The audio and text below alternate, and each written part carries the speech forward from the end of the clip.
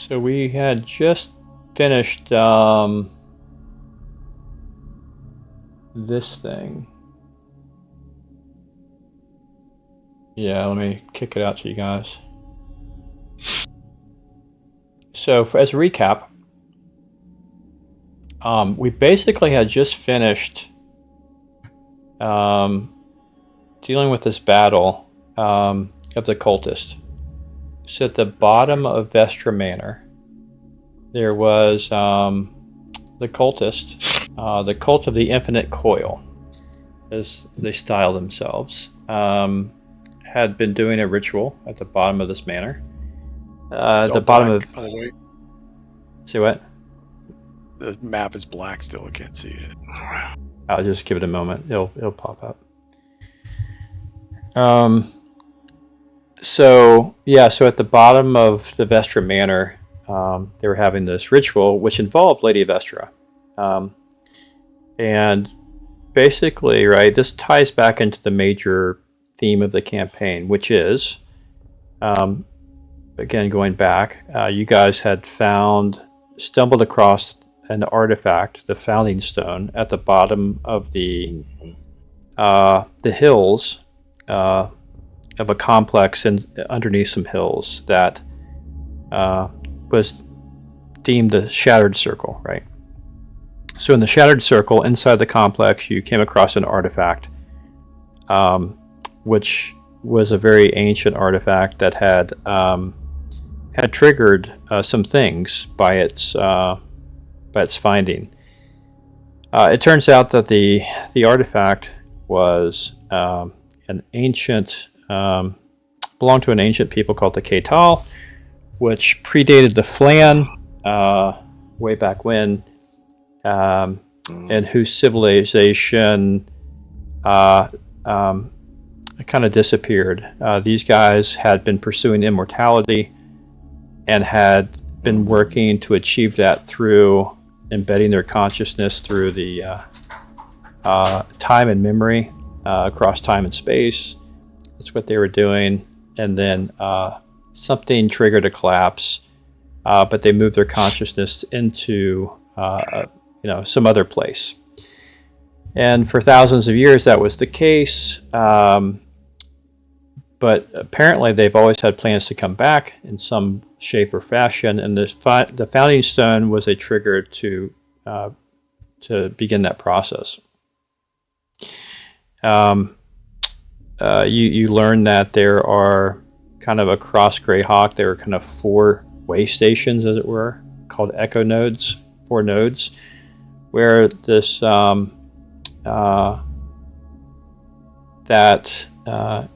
if these echo nodes are activated, all 4 of them, then it would result in the return of these creatures out of whatever dimension they're in, right? Out of consciousness.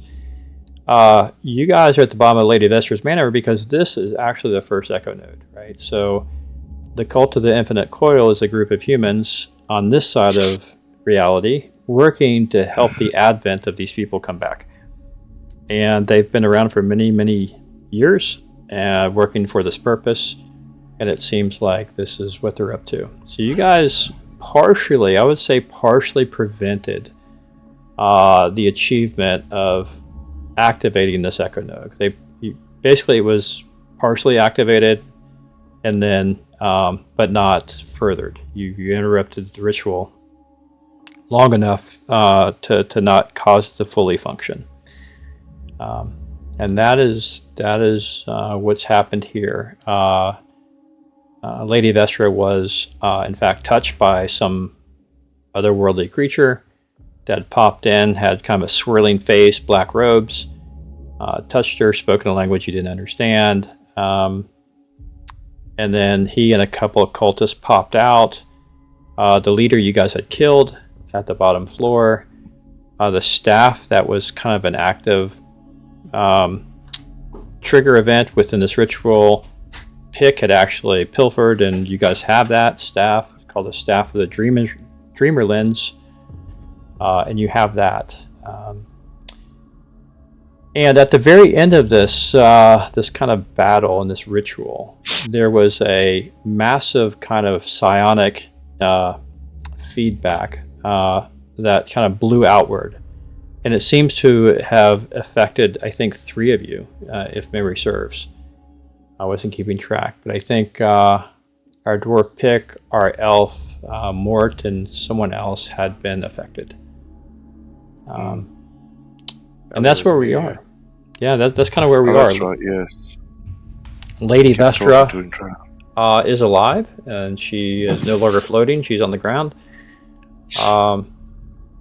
slowly gaining consciousness. And that's kind of that's where we are now. For further background, more for Legion and whoever might be watching this, you guys are here as a result of a document that you had delivered into Rhinehurst to the Registrar of Deeds. There was a claim on this land. Well, it turns out that this land is,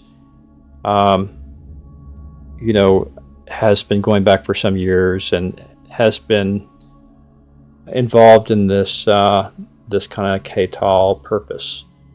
And so there's some weird things happening with the ledger, of course.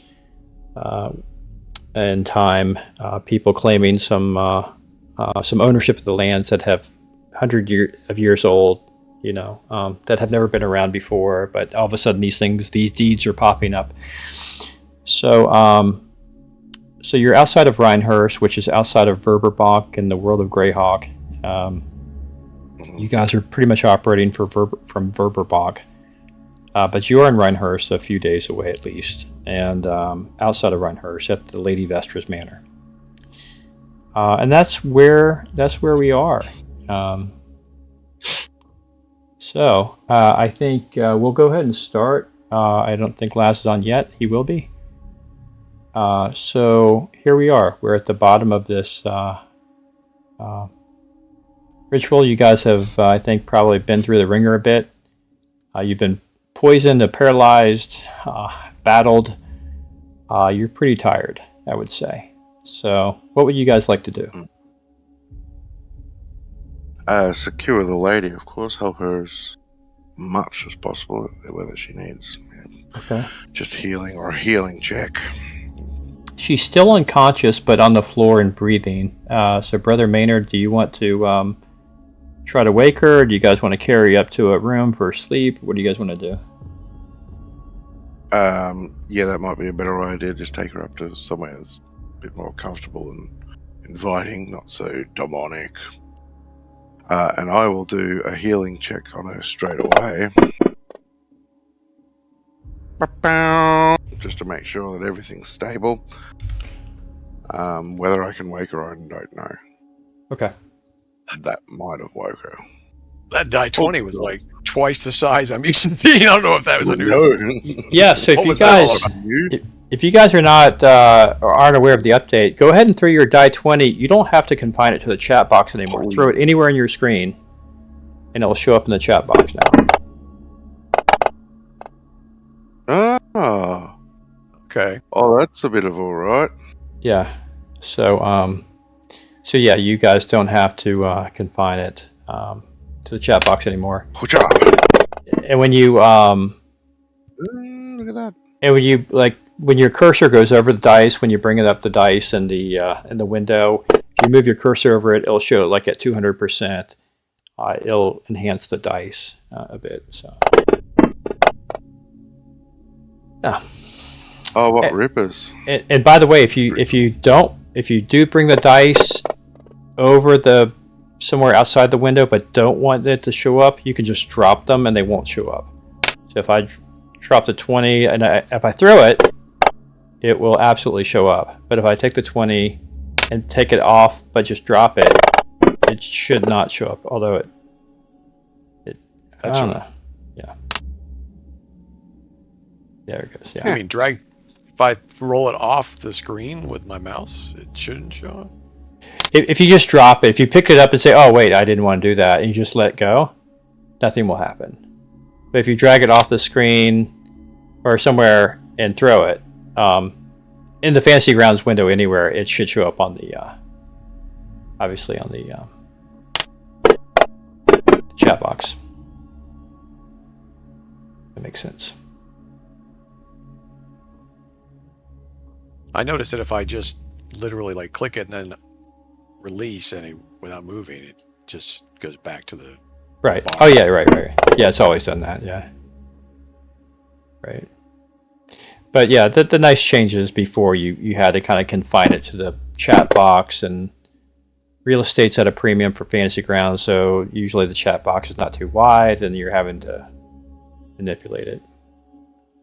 Now we don't have to. All right, so yeah, it might help if I put you guys on the map, so let me go ahead and put you guys on the map. So I assume is Brian not coming, or I you haven't I don't know. mentioned it I hadn't heard. So hopefully, don't know. yet? Right, because I'm still got the orders there. Oh, that's why it was dark. That's all right. He I wasn't. was like, sorry guys, that's why it was dark, because your characters weren't on there. Yeah. Yeah, So, there you go. and who's that character in like the regalia, the yellow at the bottom? That's Legion, who is just watching. So he's not an active player at the moment. He's just kind of watching. Yeah, so don't worry about Legion. Okay.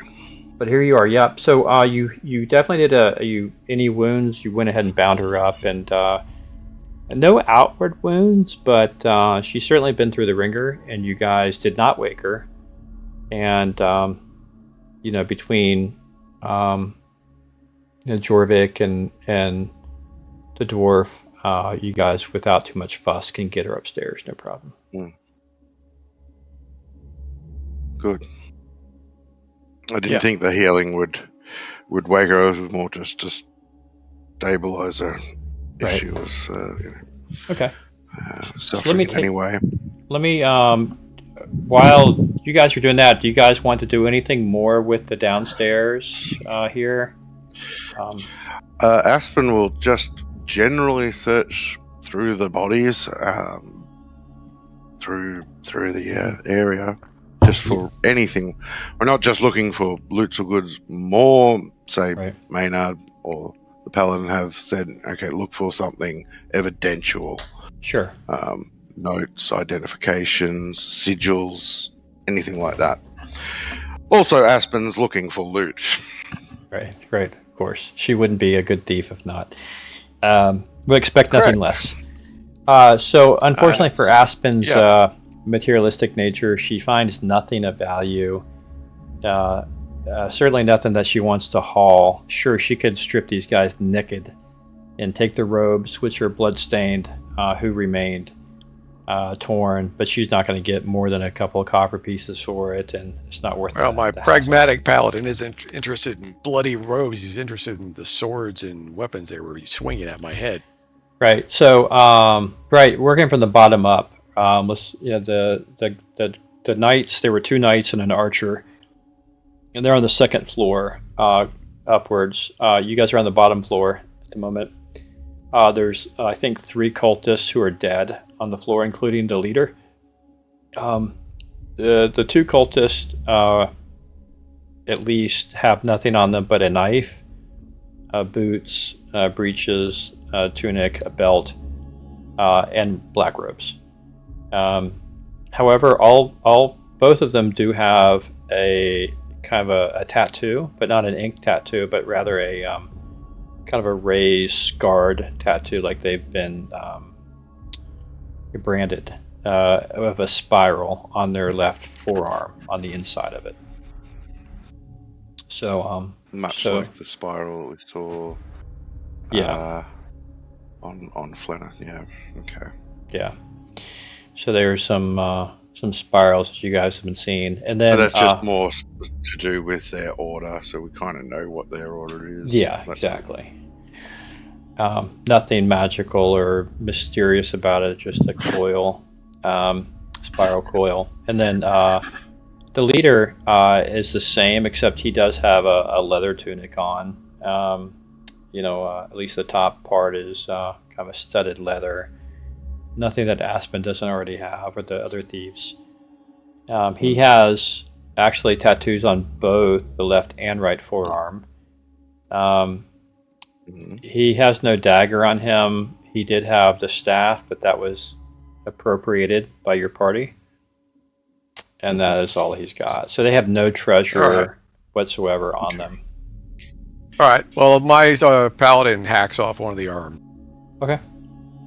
I'm just gonna take one, so I've got it. There it is. I can show it to anybody I want. There's the tattoo. We'd have to describe it, and I'm not an artist, so. Yeah, so I was about to ask Lord Paladin, what do we do with the bodies? Do you want them burnt? Or shall Maynard give them their last rites, so they can't be raised again?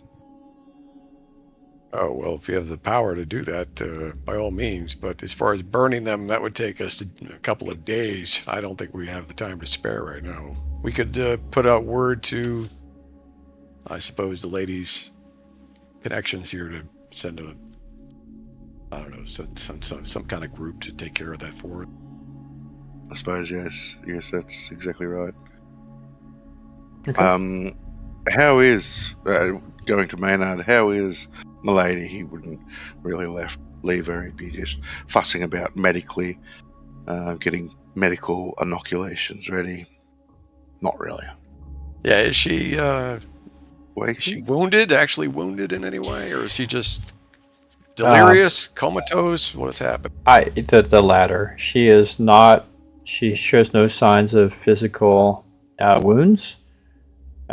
She shows no bruising other than the minor scrape that you would think somebody being dragged against their will.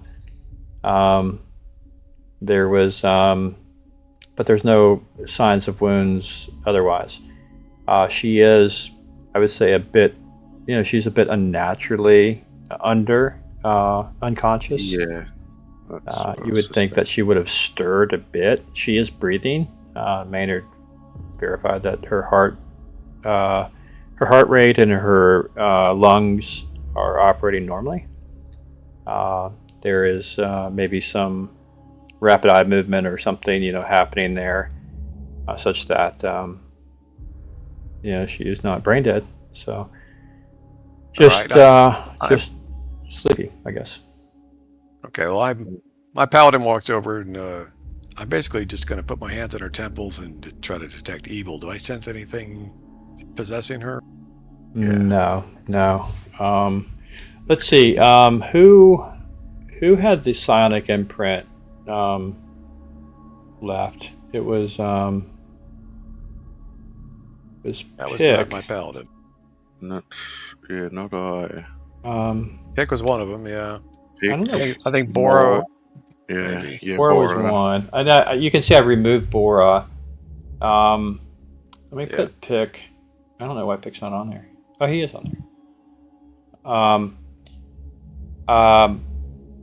I will roll for Pick and Bora, just to see if that imprint can detect an imprint on her. No. You guys don't detect any evil or anything else, for that matter.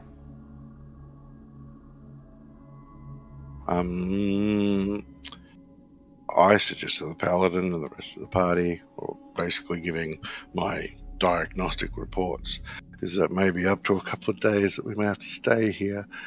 Other than that, if she remains in this unconscious state, we may have to transport her to Rhinehurst.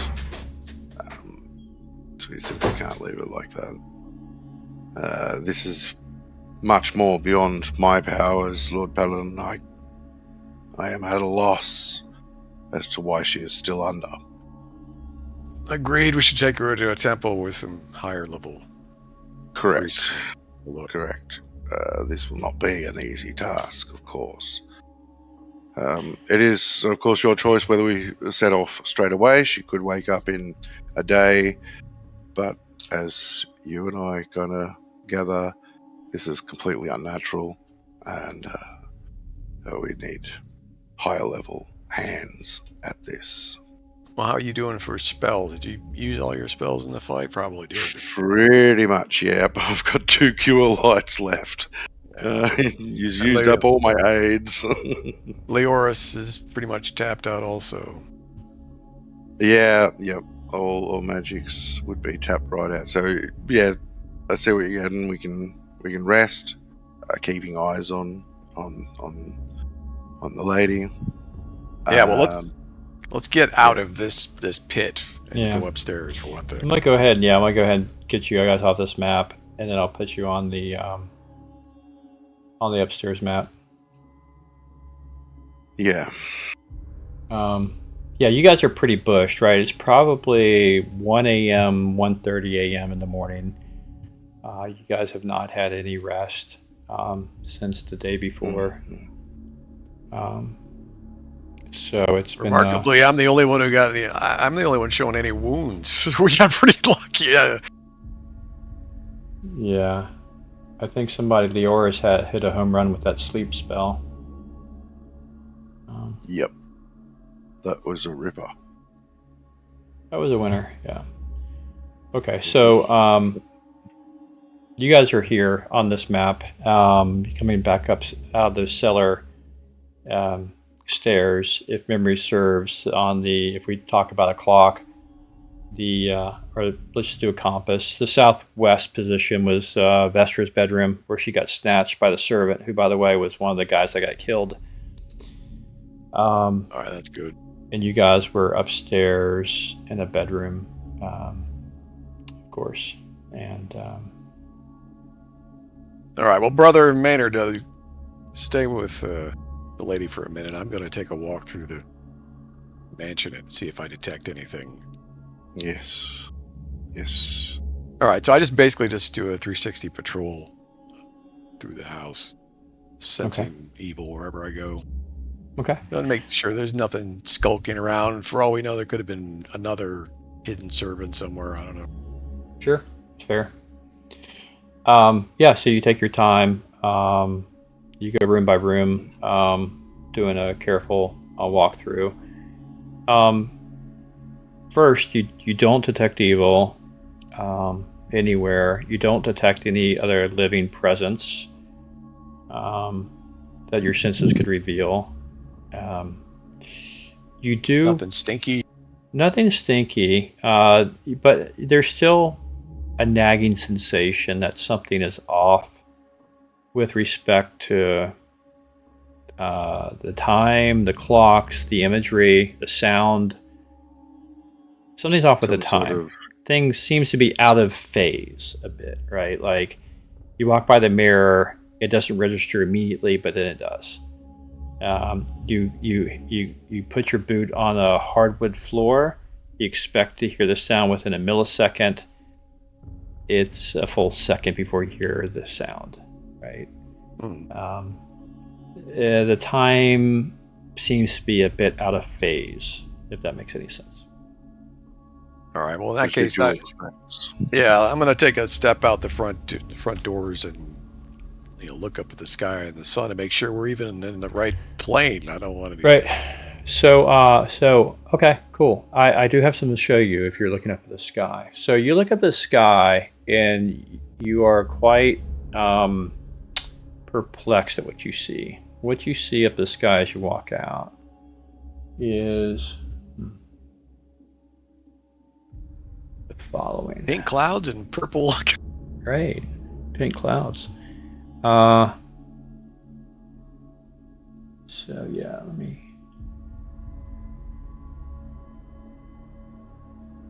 This is kind of what you see as you look up.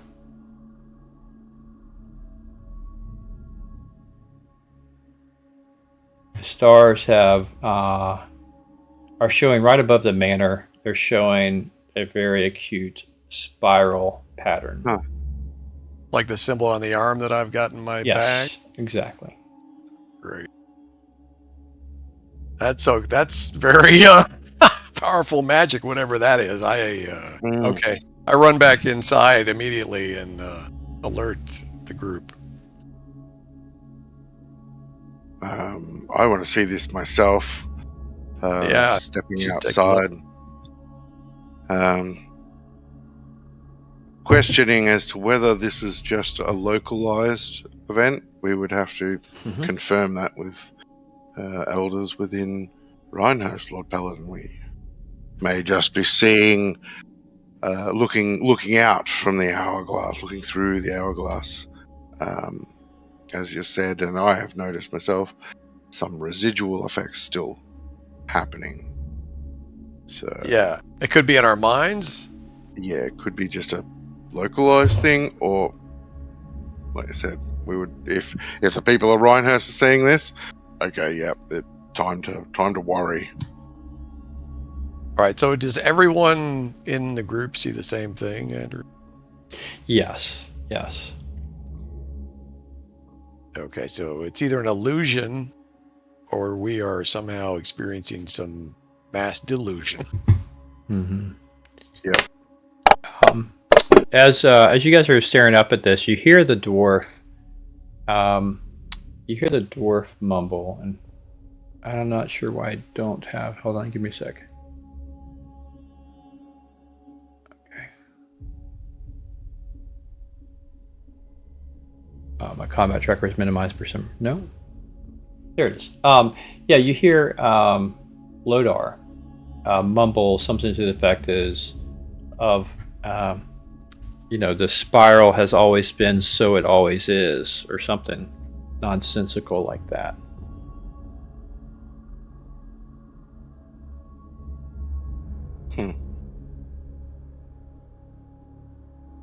A voice from where? It's in his own voice, but you look at him odd, and he's like, "What?" And he's like, "What are you looking at? Had you ever seen a dwarf before?" I don't think he has any memory of having just said that. No. Yeah, don't know whether we want to actually stay here now, but we need to recoup.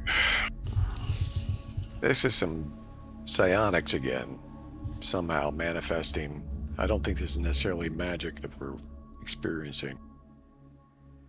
This is something they've done to our minds, I think. Someone's talking through him? Using a mind control?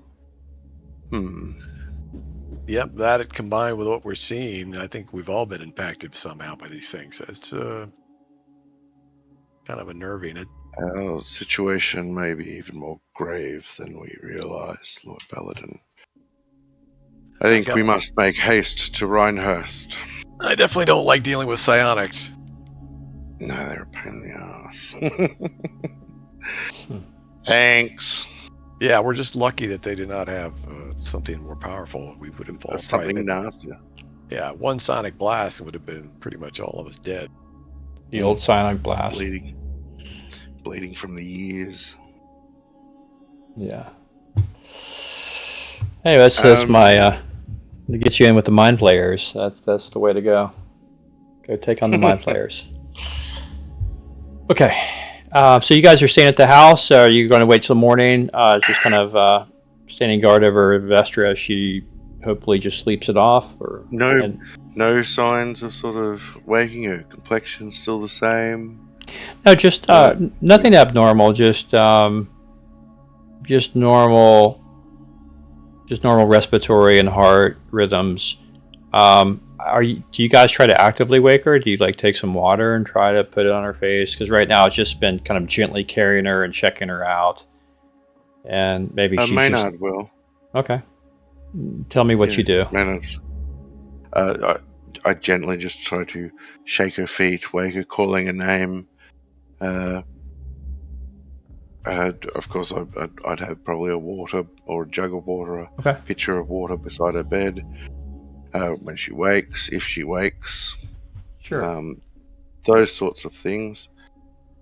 My main concern is, do we stay here for the night, risk it for the biscuit, or go down the road? Okay. Well, I think the water kind of seems to have an effect. I mean, she's tired. She starts to flutter her eyes, and she springs them open quite wide, a bit frantically, like she's at a loss. She doesn't know where she's at. She looks around. She sees you, doesn't recognize you at first, and is pretty I try to calm her initially as frantic. best can, And- explaining some happenings and where she is. Yeah. Okay. All right. Yeah. After like just maybe 5-6 seconds of getting her bearing, she leaned. She basically falls back into the bed, and she's like, after bolting upright and just kind of frantically looking around, she says, I do remember. I remember. I remember, and I don't remember." She says, I remember feeling very groggy, but not wholly asleep when my foolish servant came in and tried to bind me. I tried to fight him off, but it was useless. My limbs weren't working so well. And he took me down, and I remember being brought into a place I've never been before, and under the manor. Again, not able to fight, and then Black Robes started doing some kind of weird chanting, and before I knew it, my mind slipped out of consciousness, and I was in a vastly different place. I was in some kind of, I don't know where I was, in some dream state. I remember having memories of the past. This is what she says in the chat box. She says she describes having memories of the past. She had seen visions of the past. It seemed like her own memories. She has the perspective now of having seen this manor constructed for the sole purpose of being a psionic residence point. What she explains that now she's shaking her head in disbelief. What she always grew up thinking was artistic license and creative patterns that were innocently carved into the floor patterns and the walls. She now understands had a more sinister purpose of being kind of a resonance points, amplifiers, for whatever reason, making this home kind of a focal point for a psionic signal. And she states flatly the following. She says, "Brother Maynard, I will never spend another night in this house as long as I live. As soon as I get my full faculty of my limbs back, I am packing, and I will never, ever return to this place." She lays back in bed and starts to shut her I eyes. comfort her and tell her to take her rest, but with this concerning news, I take to the rest of the party directly to Lord Belladon, that telling him that the whole house is a harmonic resonator, and that we may need to destroy the house. The whole house. As Vestra was explaining to me, that the very patterns were carved within the walls, that we can't leave that here. Of course, we can simply tell the people of Rhinehurst they may send out people to destroy it. I would suggest to burn it to the ground. It seems a tad extreme, but if that's what she wishes, you'd have to make sure she understands your intentions, though, I would think. I would be one amiss to let that just lie around. Evil can just simply grab hold of this harmonica.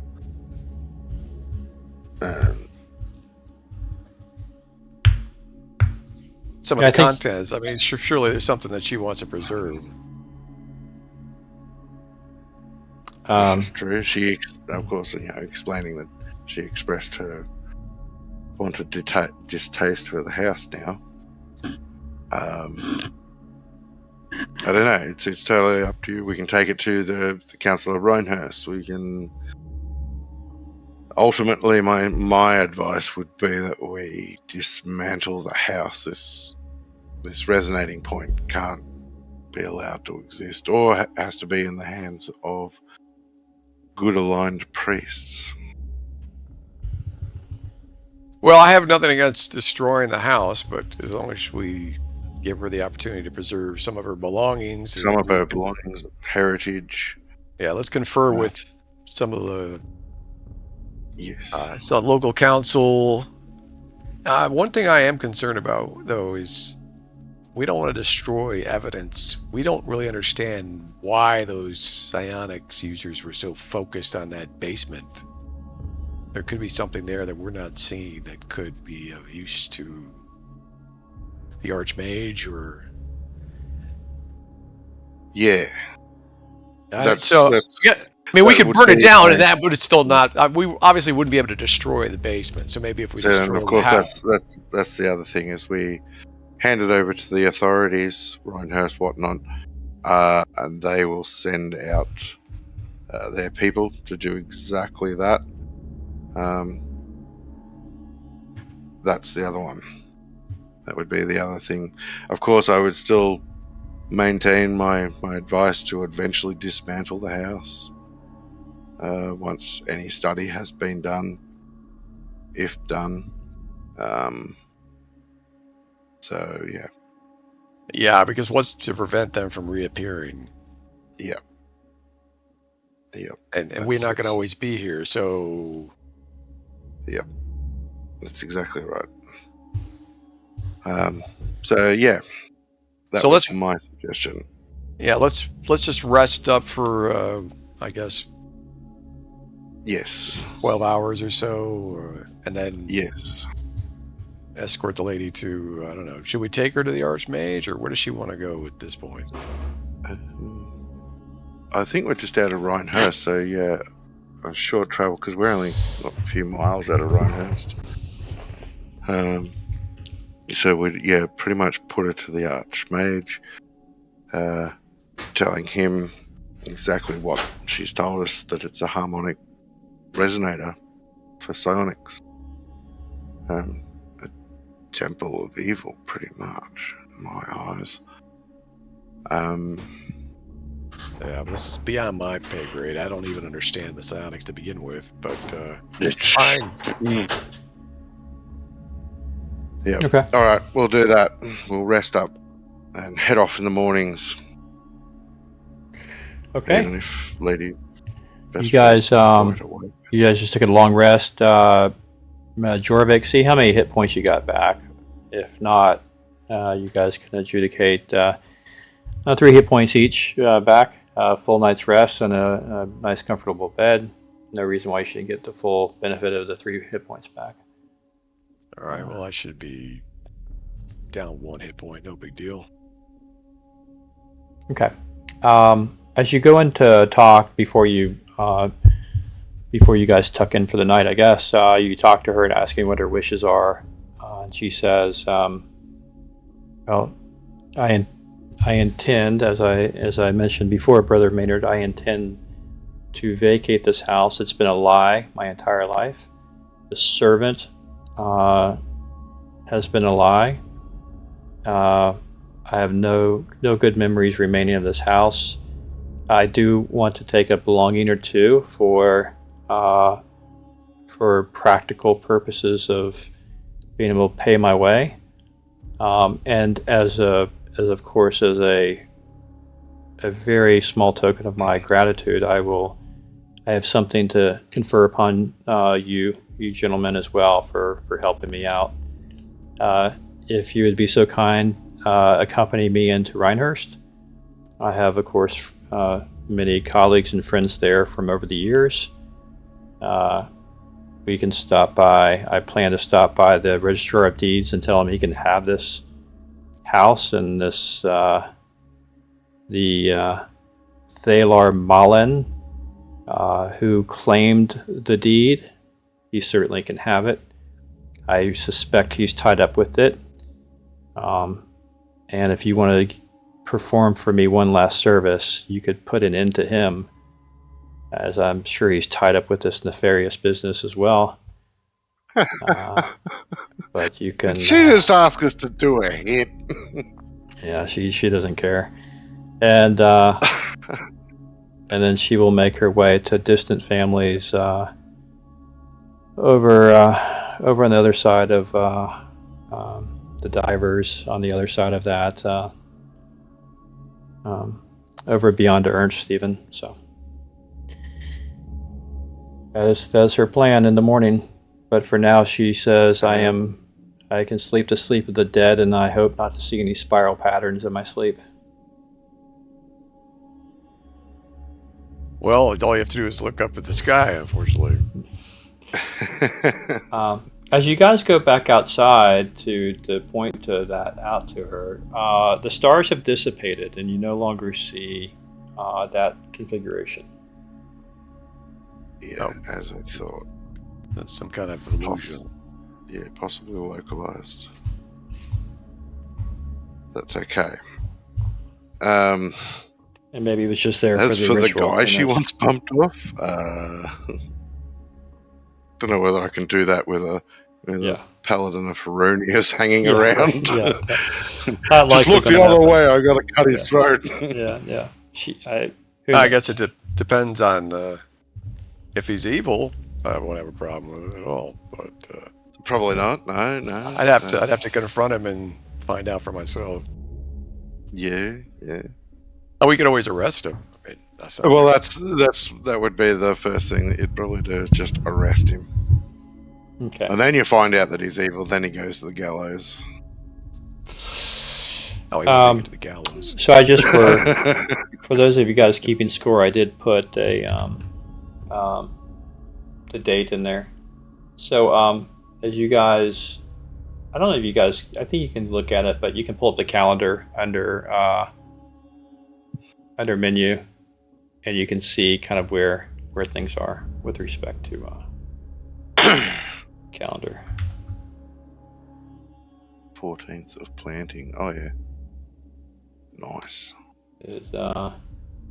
Well, it's beyond 6 a.m. I would say it's probably advanced. Got some good sleep. It probably advanced to noontime, so it's probably around 12 p.m. The day is just spring day. Let's check the weather. Meal. Yeah, pollens. Joys. Say versus poison or suffer sneezing fits. A lot of pollen in the air, unfortunately. Sneezing fits. Yeah, so that is. All right, so let's just get out of this. Let's go find some mucky mucks in the local town that can do something about burning this place down if they see fit. Lodor chimes in. Your resident dwarf chimes in and says, "Well, you know, my kin, my kin, they have no end of fire and ways to open the mines. I can assure you, I will send a team of them here, and they will have this place deconstructed in lickety split time." Well, that makes sense to me. Dwarves can probably do the job. We should probably pay them for their trouble, though. I don't expect them to do it for free. The lady has money, I would assume. Yes, you assume correctly. She has some, of course. Her accounting she doesn't share with you, but yeah, she has some money, which brings me to the next point. She comes down with a bit of a suitcase, maybe a backpack, whatever you want to call it. A lady of her stature wouldn't have a backpack, right? But she's very practical for being a lady. But she has her travel gear and things with her. She has a large pouch of personal effects, but she does in fact give to you guys a parcel, which I will put into the party sheet. Okay, so she thanks you. She says, here's what, here's some gold for your trouble, a couple pieces of jewelry, and something that's been in my family for a little while. It's you'll have more use for it than I will. And it's a bit of a stone, and she explains that this stone. Just try and bring it to the party sheet. Oh, party sheet's already up. She explains that this stone is. Rumor has it, she's never tried it, but whoever holds the stone will when they sleep in the wilderness, it will act as if they slept in a feather down bed. They'll get the full recuperative effects of having stayed in a very comforting bed. So that is that's what she's got. Okay, there it is. And now it's in the party sheet. You guys can see what she just put there. And there's some stuff from before too, by the way, so you guys can put names on this of where this should be allocated. It's in the inventory? It is.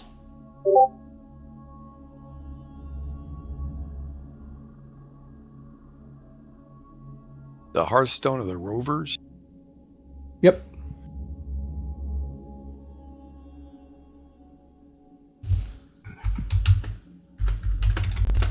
I want nothing to do with that. You can bowl with it if you want to, cleric.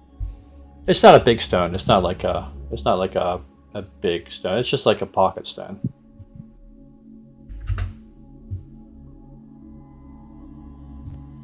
But you can see what it says about it.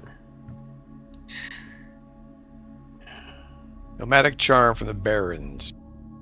Grants restful healing sleep to the holder beneath the stars. 4 charges. Interesting. Not sure what that means, but it's probably a pretty powerful heal. Whoa. I don't know.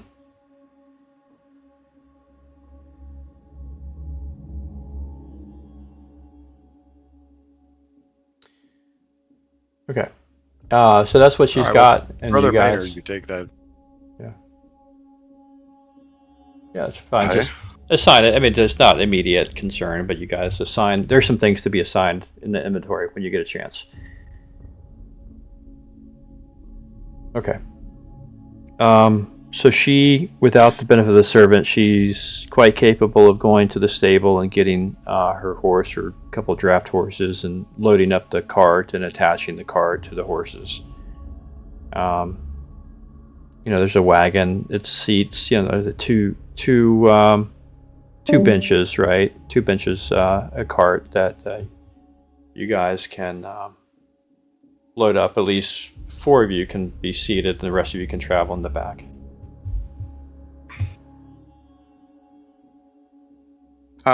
However, of course, load anything of value. Just, single lady, she needs the money. I can't even give a blessing. Well, I can give a small prayer to Shantae to help look over the house and ward evil, if you could, before we leave out. But I guess we got the dwarves coming if we paid them to dismantle that. We may even want to, like you said, report it to Archmage. Let's get her home, get her safe, try and find the location of this next one. Yep. to believe it was over near Ket, the nearest one. Okay, cool. Well, she gets her stuff ready. She doesn't have much. She's got kind of a bag, and she says, "Okay, my fellow adventurers here, are you guys ready? Are you? I'm ready More to than turn my ready. back Let's on get this outta place." here. Yeah. So you guys load up and head on out. So I will stop sharing this and take you. Well, let me take you off it first. And stop sharing. You guys might notice that if you look under your EXP, you have advanced in your experience. Some of you who are not specialized, such as the thieves, some of the thieves and the cleric, you guys probably have advanced beyond your next level. So when you get back to Verberbach, that might be an order of business for you. Oh, So look at that. check your experience points.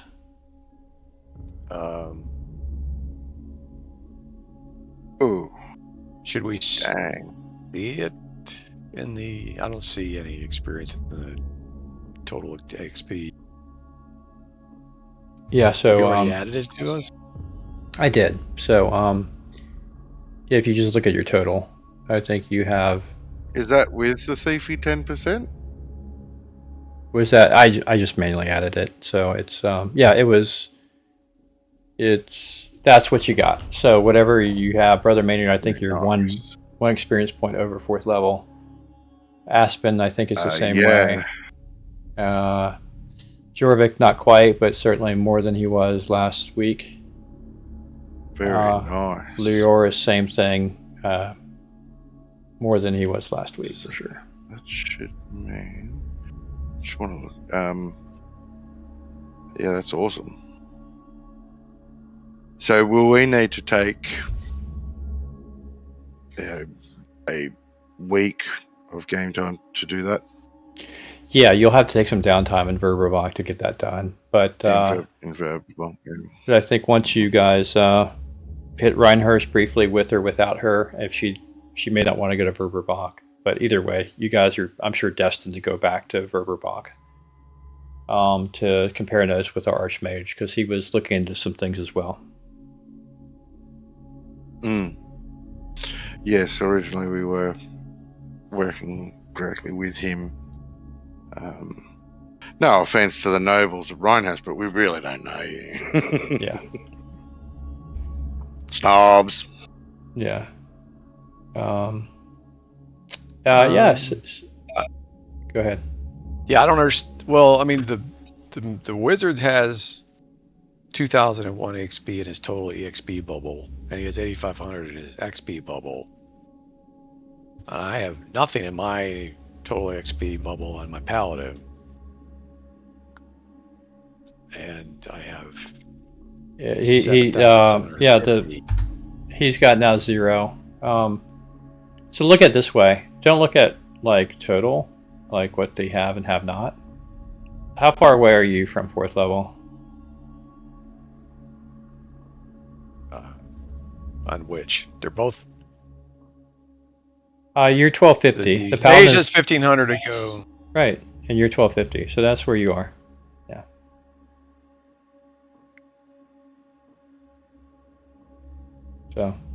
So both you guys are about. He's 1,500 out. You're 1250 out from 4th level. And these guys have hit 4th level because the bar is so much lower. So. Woohoo.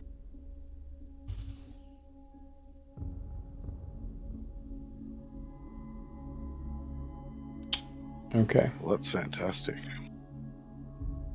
Yeah, head back to Verberbach, report directly to Archmage, and then some downtime, I guess, to go up a level.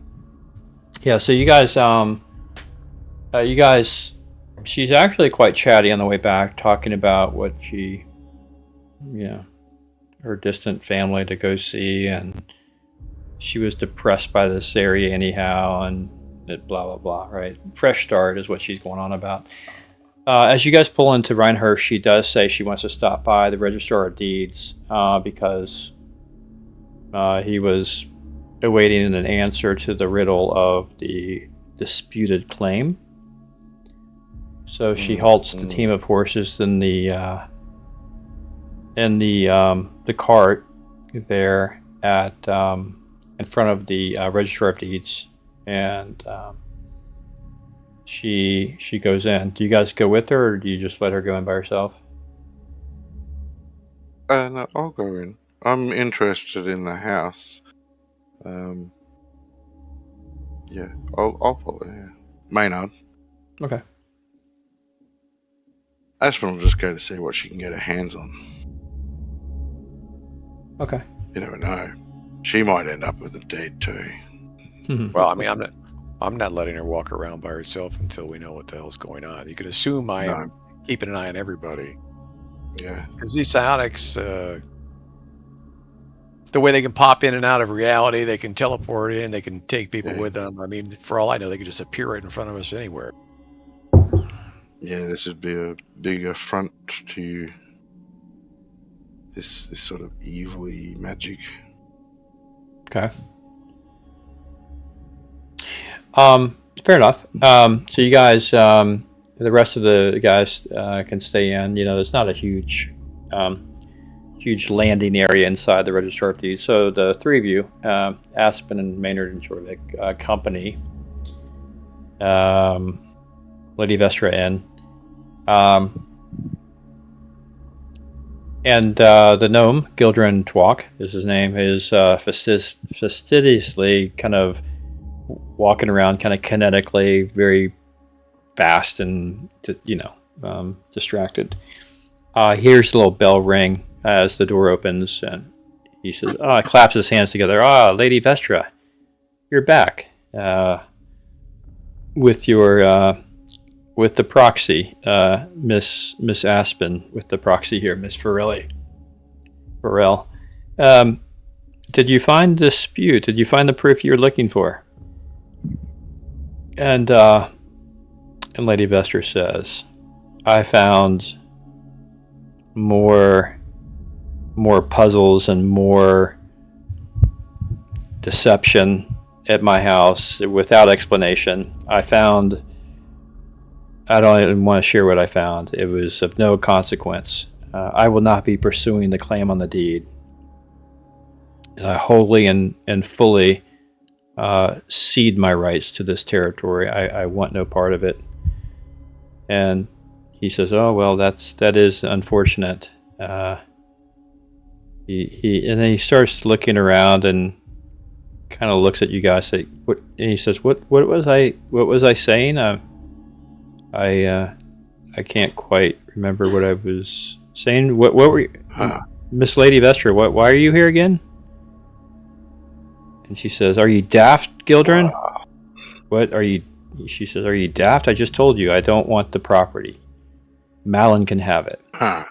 He says, "Oh yes, of course. That's what you were saying. I apologize." She says, "I've not been sleeping well.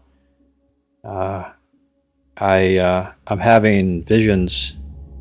I can't stop thinking that this ink is writing itself into the journals. That the logs are being written into this ink, and I correct the entries. But then I forget that I've corrected them, and I start over again, and it's not been easy." Hey. Well, Hello. Farm. What's up, man?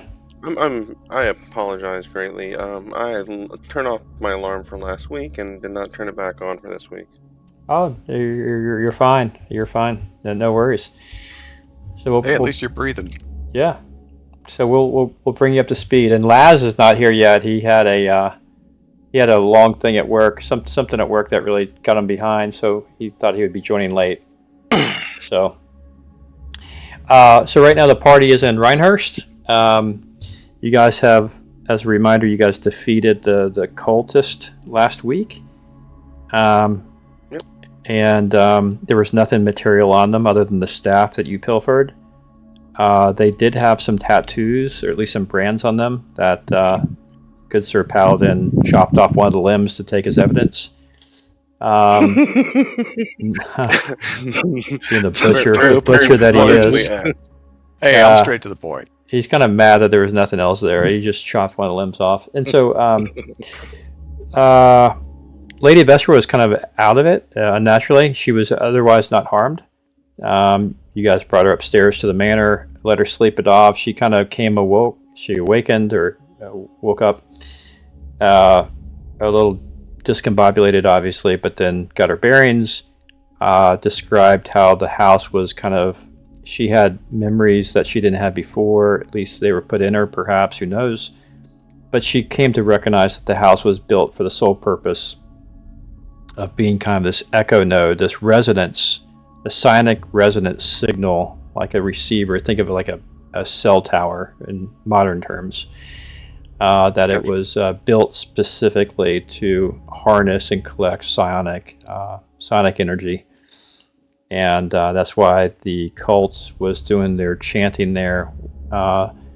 The ritual is partially done. She was touched. Don't know what the ramifications of that is.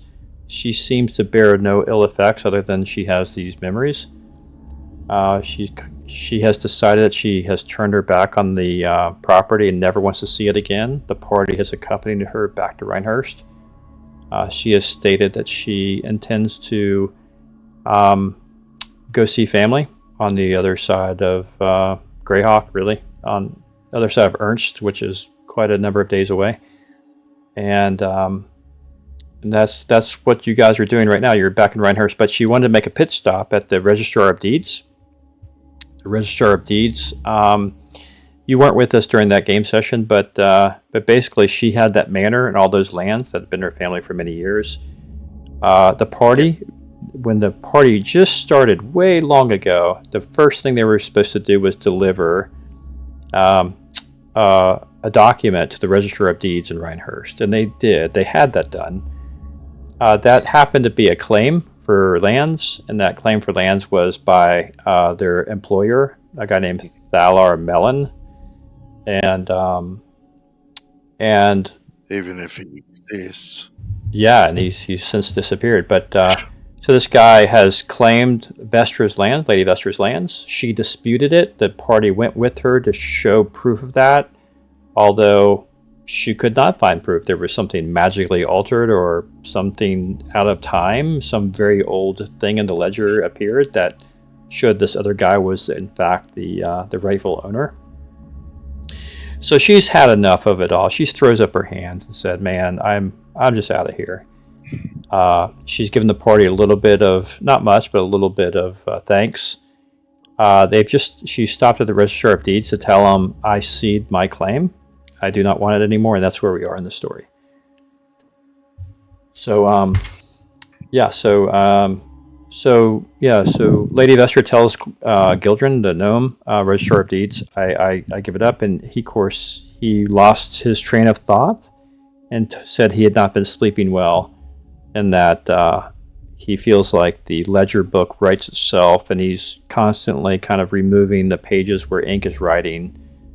But then it happens again, but then he forgets it ever happened in the first place, and he's in this loop, and he's just tired, he says. in the Register of Deeds, they would have possible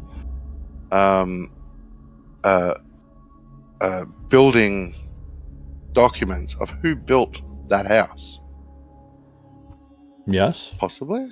Yeah. Yeah, they hold all permits for buildings within Rhinehurst and the counties thereof must be filed, if they're filed at all. If they must be filed with the Register of Deeds and approved by the town council.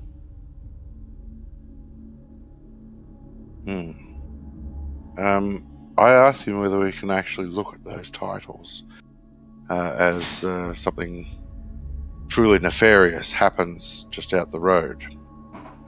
We fear that by extension it is falling upon the heads of Rhinehurstians. Right. He commends you for your thinking, Brother Maynard, but he says, in fact, it's an oddity, but the Vestra Manor actually preceded the foundation of Rhinehurst, and they don't have records of the constitution of that manor.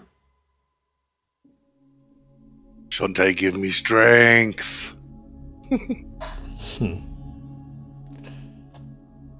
Right. Well, there goes that idea. Yeah.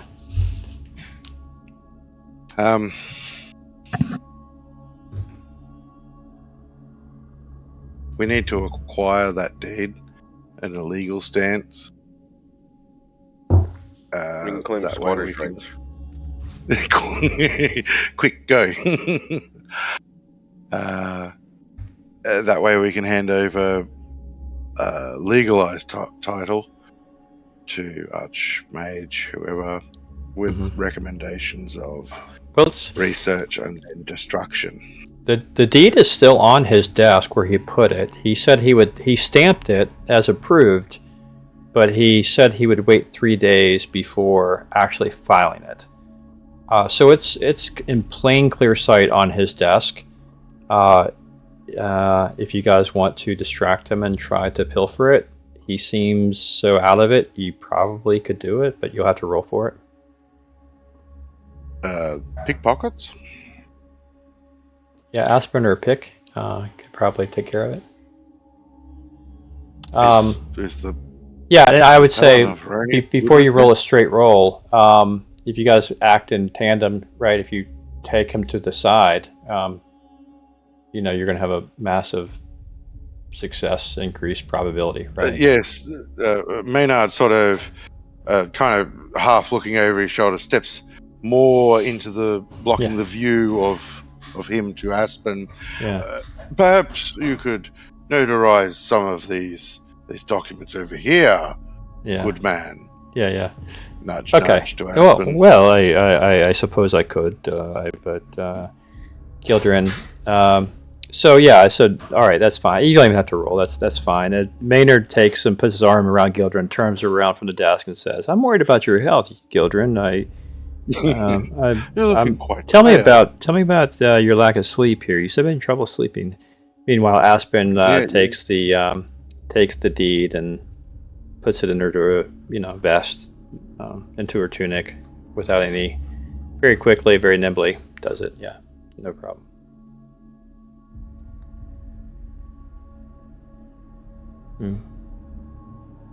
Governor says, "Well, I've not been sleeping well. It's since you visited yesterday. It's I can't seem to get to sleep. My mind. His memory's not too bad. Yeah, not too bad. He remembers at least yesterday. But he says, it's odd. I was talking to my wife, Miss Gildren, and the oddest thing is that she would be talking to me, as she always does, telling me about her beloved cats around the house and what they've done during the day, and she had stopped mid-sentence, and very strange thing. And then he stops mid-sentence as he's talking about his wife stopping mid-sentence, and stares at you blankly for a second or two or three or four or five, and then says, my wife pauses mid-sentence. It's very strange. Oh, well. I guess it's old age. So that's... When this pause happened, did he look paralyzed? He just looked absent. He looked not paralyzed. He was he'd blink and he'd his neck would move a little bit, but it over. was like brain dead or something. Oh, I don't want to suggest brain dead, but just Yeah. I don't know, just stopped the mid sentence. I didn't pick up a sense of, hey, this guy is possibly being tapped into. No. It seems like Yeah, a spell or no. something. Yes. Yeah. No, I don't think so. I believe that our business has come to an end here. Thank you for all of your time tossing him an extra gold piece for his good measure.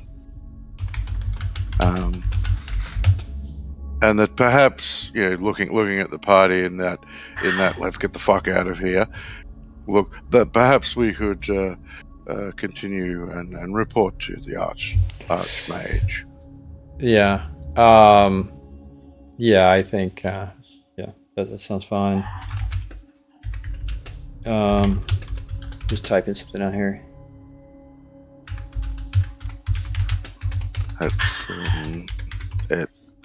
Once outside the shop, it looks like your hypothesis, Lord Paladin, was correct. It extends much further than the mansion. Either that, or this is part of the spell that was cast.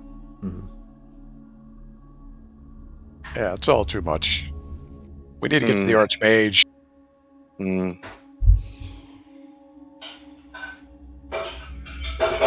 Okay. So Where are we taking the lady? Is she staying with us? Taking her to the mage, or what? she's Yeah. she's True. well, you guys come outside, and you're in there about 20 minutes or something. Pick and Leoris and Lodar were outside, kind of wandering about, getting a little bit bored. And they also noticed some things that were a bit odd. Pick, I think you noticed something, right? A little bit odd.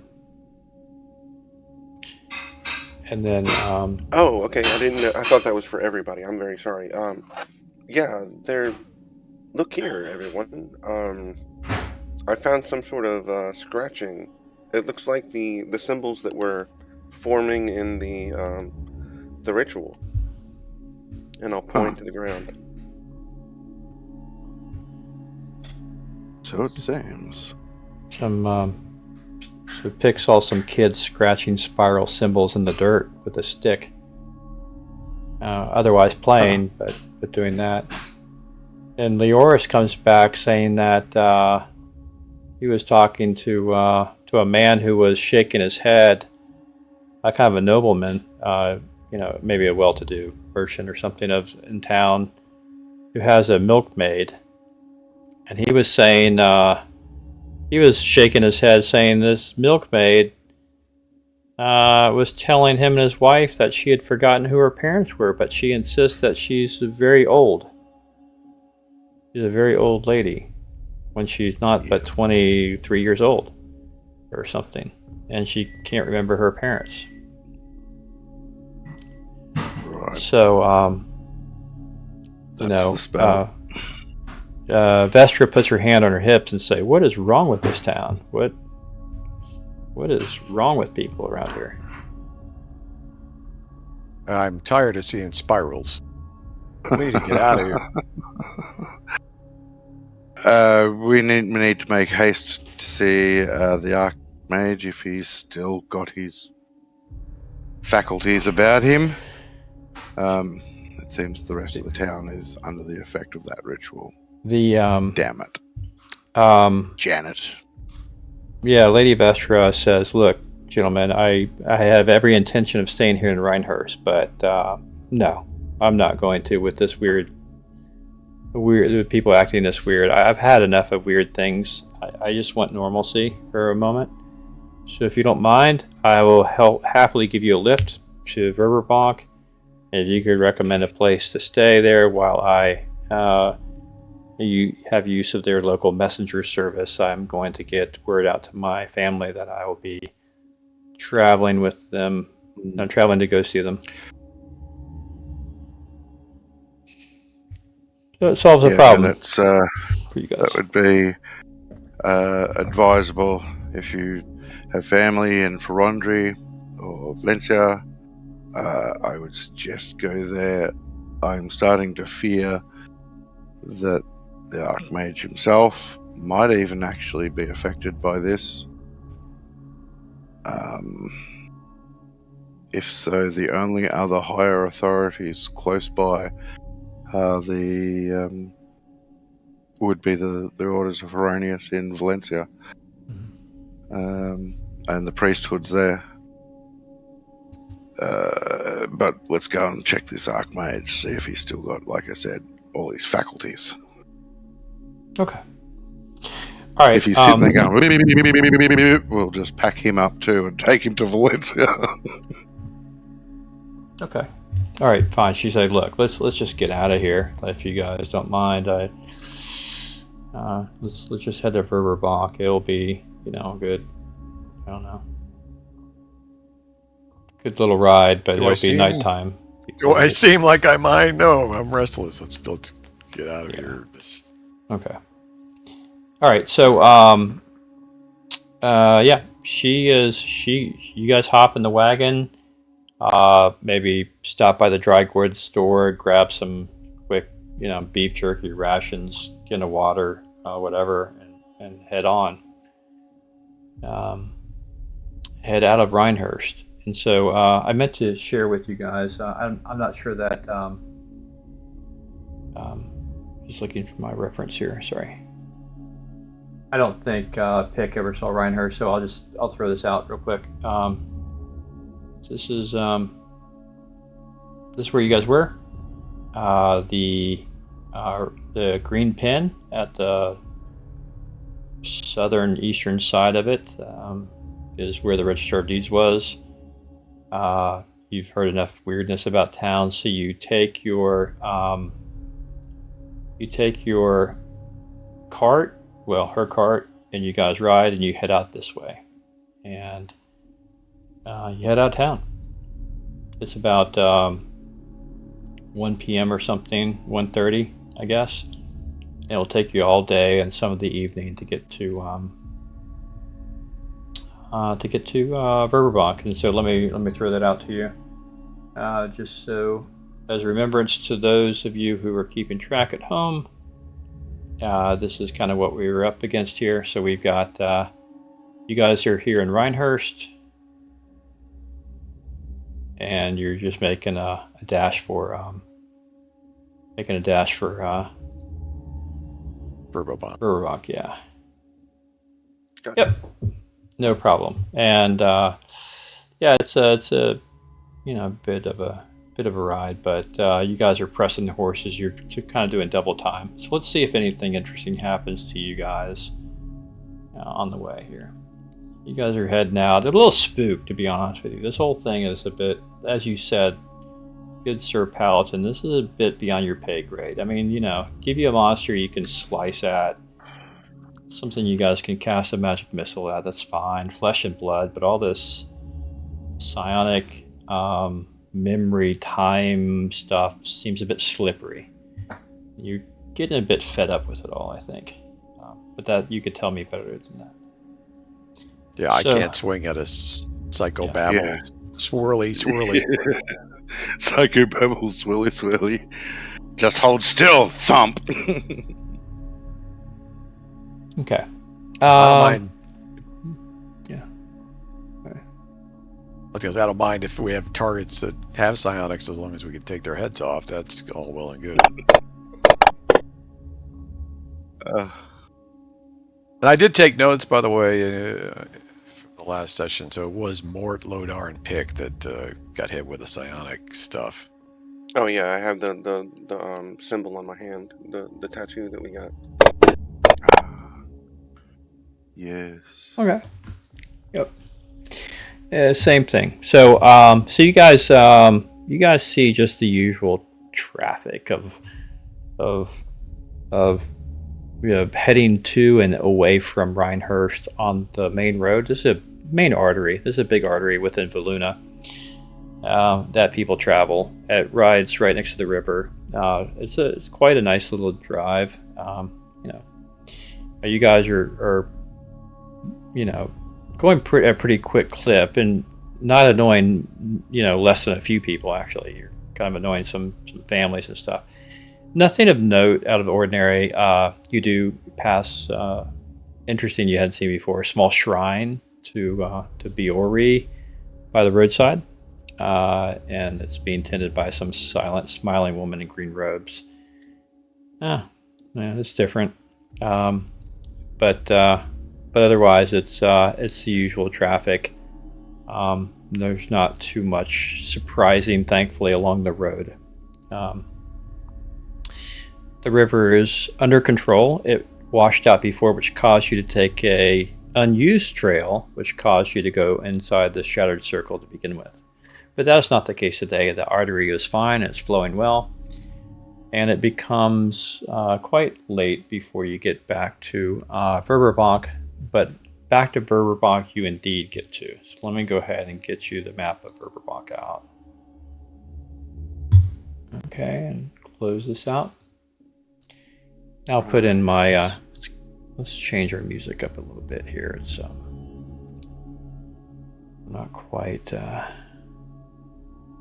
Roadside shrines are good places to camp at, as long as they're a good aligned deity. Yeah. Well, you guys kind of mustered through at a good clip. You didn't do double time. You did close to double time. So you make it back. It's probably 11 p.m. when you get back outside of Pinehurst. Sorry. Down on my side a little bit.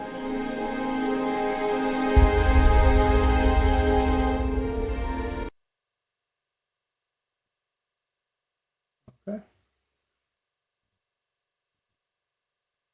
That again. Okay. Yeah. So Verberbach. Okay, so Pick, I don't think you've seen this before, but this is Verberbach here.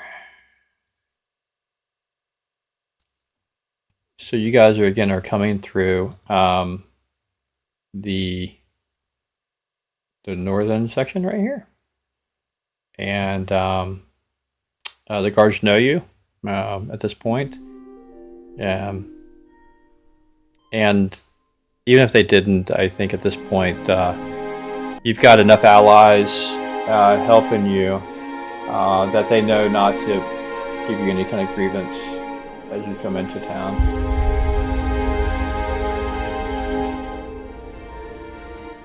Okay, but it is evening. You guys are staying right here. Again, right here. You guys are staying at the Turnip Lane Lofts. You were moved out of the, where is it right here? The Cricket's Rest, because it was being watched by somebody. So the Dwarven, the Glimmerforge, the Guild of the Dwarves, the Dwarven Jewelers and Merchants relocated you into this little inn/accommodation. That's where you met Lodar, and that's where you're staying. So do you guys want to go to your lofts, or do you want to try to get to the Mage Tower? 11:30 at night.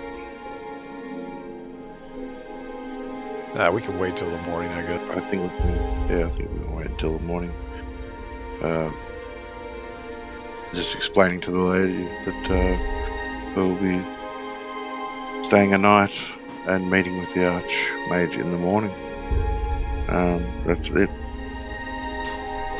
She said So that let's get would... her Nothing separate room, I unusual. As we're walking through the streets, and I'm just particularly paying attention to people and their behaviour and activity. Nothing unusual. Nope. People walking backwards. People speaking backwards. Right. People talking sentences backwards. No, there is no there's no abnormalcy to your observation. Good. Hasn't reached here, at least. Yeah. Nothing that you've seen, for sure. It's nighttime, but it's a big city, so there's a bit of traffic. People out having a good time. You are in the foreign quarter, and that's where you're staying. There's plenty of elves and dwarves and halflings, gnomes that scurry about, and they keep all sorts of strange hours. So, okay. So you make it over to the the Turnip Lane Lofts. Again, this is a hotel / accommodation that is run by 3 halfling sisters. They are they're very kind, of course, but this inn has a uniqueness in that it's very private. In that there's no common entrance. All the entrances have kind of their own separate apartment entrances, so people can come and go without being spied upon, as it were. There is a common, it's like a hub and spoke in the middle. There is a common room where their sisters stay, and you have to go there. There is a central door that is not an apartment to get there, but once you have a key to your room, you can come and go from your room as you wish. So you guys have keys, but Lady Vestra does not. For proprietary reasons, you can try to get one of the halfling sisters to get her a room, or she could stay possibly with Aspen, although it might be a little tight in the room. It's up to you guys. Yeah, no, she can squeeze in with Aspen. Aspen's only an elf, so a half elf, so you don't take up that much room. Yeah. Okay, so Aspen goes in and gives up her bed to Vestra against protest, but Vestra is deathly tired at this moment, and Aspen's an adventurer, a rogue at that, so she is used to sleeping on hard surfaces and in unwanted places. So no problem. Okay, so that's what happens. Everyone kind of, although Pick needs a room too. Pick who he's bunking with somebody, so you just let me know who Pick's obviously just crashing with, and not that matters. Yeah.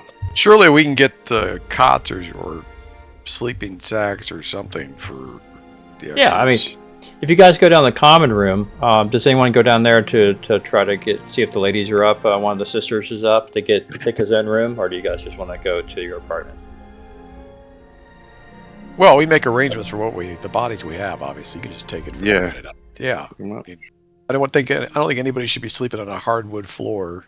At least get some pillows. You certainly have them. You certainly have money for it. I just didn't know if you wanted to go straight to your room or not. Okay. So, one of the sisters is up, still maintaining. There's a few people in the common room drinking, eating some late night snacks. So the sister, I don't have their names, so she says, "Oh, okay, Master Maynard and Paladin, Mr. Jervik, you brought a friend back with you. Where's our friend Lodar? Lodar is, there he is, Lodar. Okay. How may I be of service at this late hour?"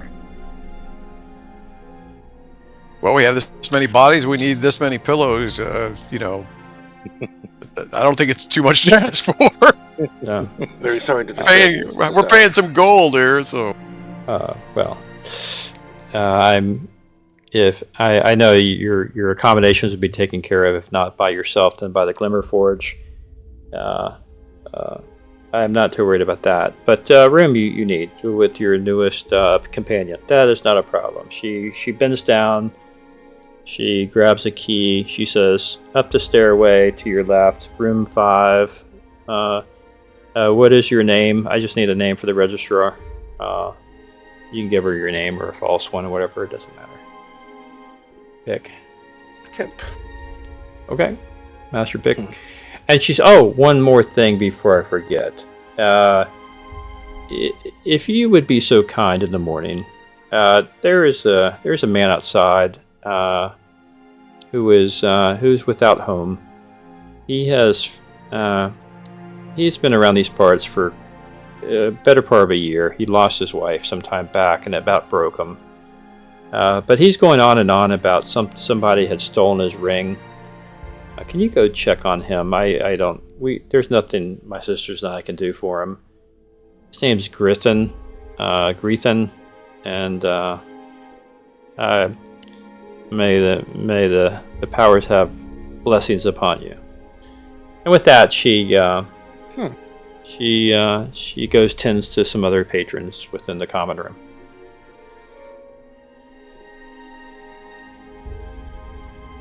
And that's it. So you you got your room. And I suspect you also said you needed a room for Lady Vestra. 2 rooms, fine. Aspen doesn't have to sleep on the floor. So you guys got a couple extra rooms. No problem. 12 o'clock. It is now 12:15. I guess you guys... You tell me. I don't want to put you to bed if you don't want to go to bed. If you guys want to go roam the city. Go to bed. Yeah, okay. Yep. Okay. So you guys are going night.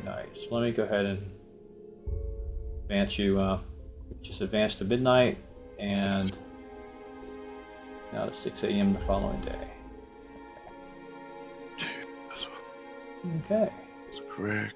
Let's not forget, I'm gonna spend a week here. Well, I've got to spend a week here. Aspen and Brother Maynard as well.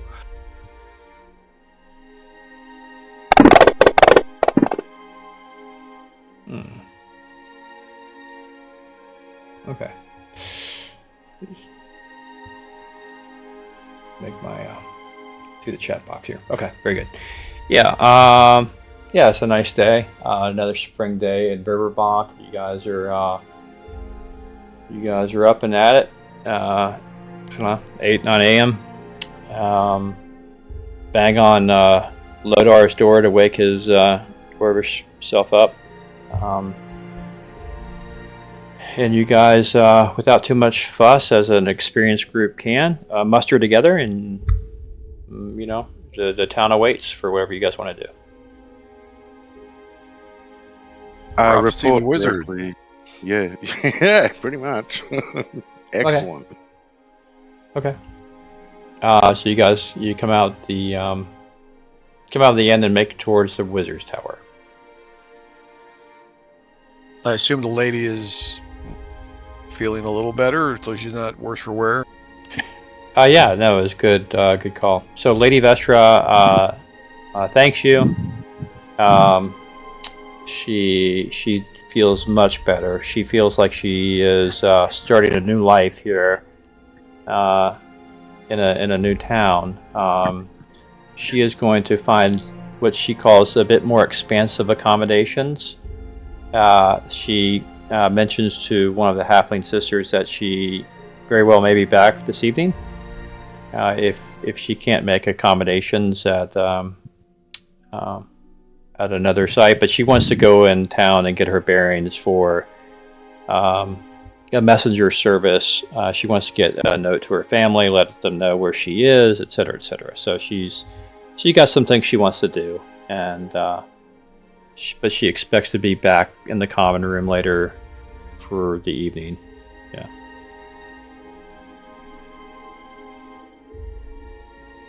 All right, well, we're just getting started, my lady, so this won't take but a few minutes to get to the wizard. Yes. Okay. All right, so you guys. It's best that we report to him. All right, cool. So you guys want to head on over to the wizard. Cool. All right, let me have some notes here. Is that Cinnabar Tower? Is that where it is? Yes. Yes, the Cinnabar Tower. Yeah. Try to let me find something I typed up earlier. Archmagus Towervith Melzior.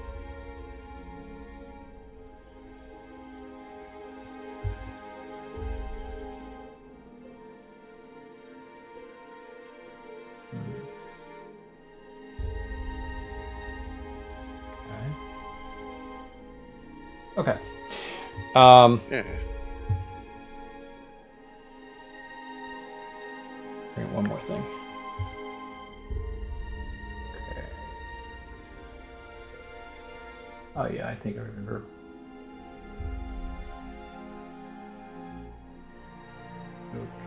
Okay.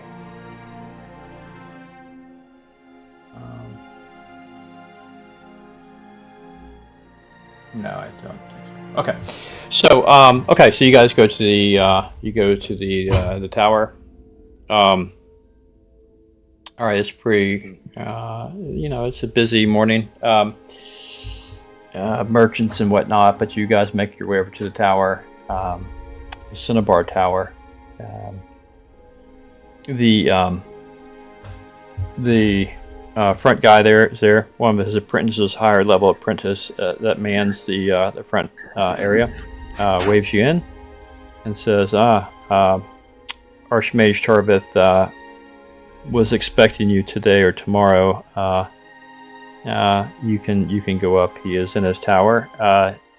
He has had there may be still some guests with him, but feel free to go up. He's given me the green light to give to you to come up, as if the green light would be anything back in Greyhawk, but you know what I mean. He's given me the clear signal to send you up. Excuse me. So, Pick. This is a tower in the middle of Berberbach, and it's got levitating floor pads that go up and down as like an elevator. They just kind of go up and down at the master's command there. The Archmage, he's on the top floor of the Cinnabar Tower, and so you guys climb on and head on up, and that's where you'll find Archmage Tarvith Malzior. Okay, so up at the top, you guys stops and lets you guys step off. Archmage is there. Good brother Maynard, brother Paladin, Lodar of the Guild Masters, Lady Aspen, and our fledgling apprentice Leoris. Welcome back. But I see you brought someone else with you. Who might this good half fellow be here? I'm Pick. And Master Pick, where do you hail from? I hail from I can't remember if it's the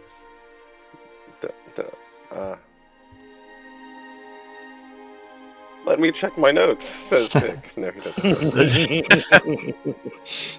Line! The shadow! I hail from the Lort Mills. Lort Mill. Yes, of course. I see by your hands that you're no stranger to the water either. It's been some time since I've been over to that area. Yes. Once you have your cracked, once that skin cracks around your fingers through the water and the salt, it's hard to repair that damage. Okay, well, welcome back. We have to discuss some business here. I believe you know, and I have to check my notes.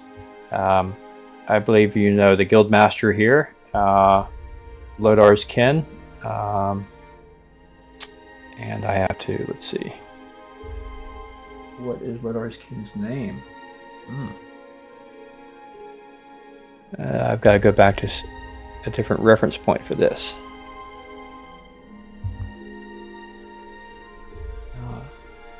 You're beyond level 10, I think, yeah.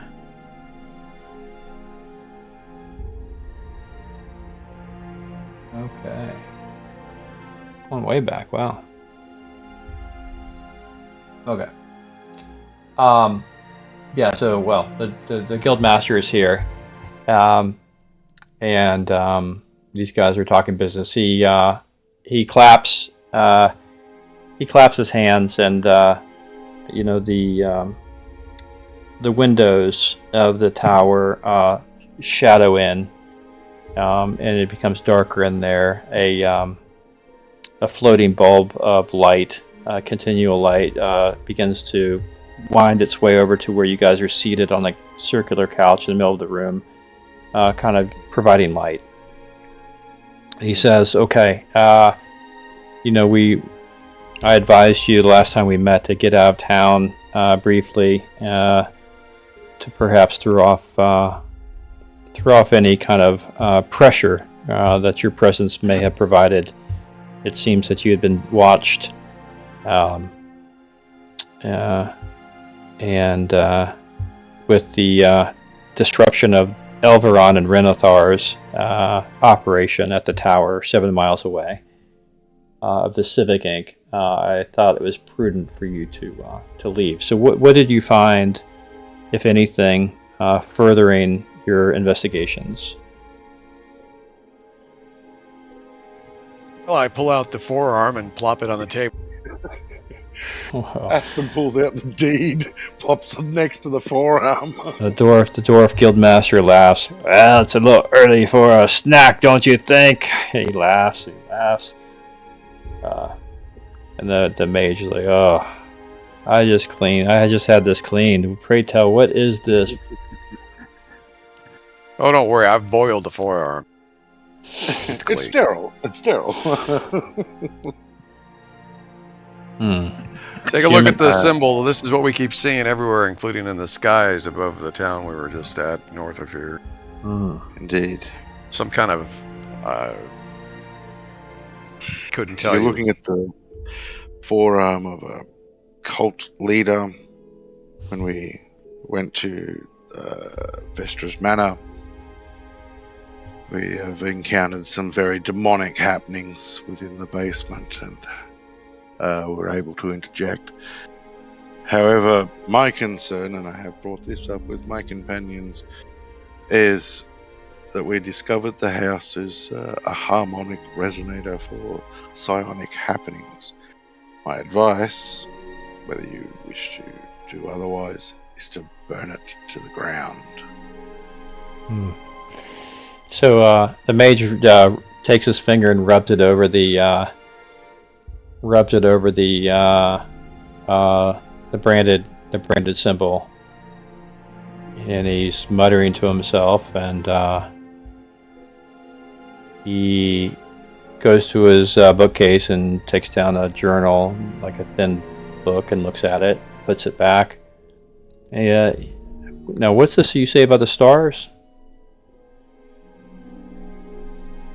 The skies were showing the stars in the same formation as this symbol somehow, and everyone seemed to have the same delusion, or it was some kind of sonic illusion. I'm not sure how it manifested, but that's what we saw when we came outside of this woman's mansion.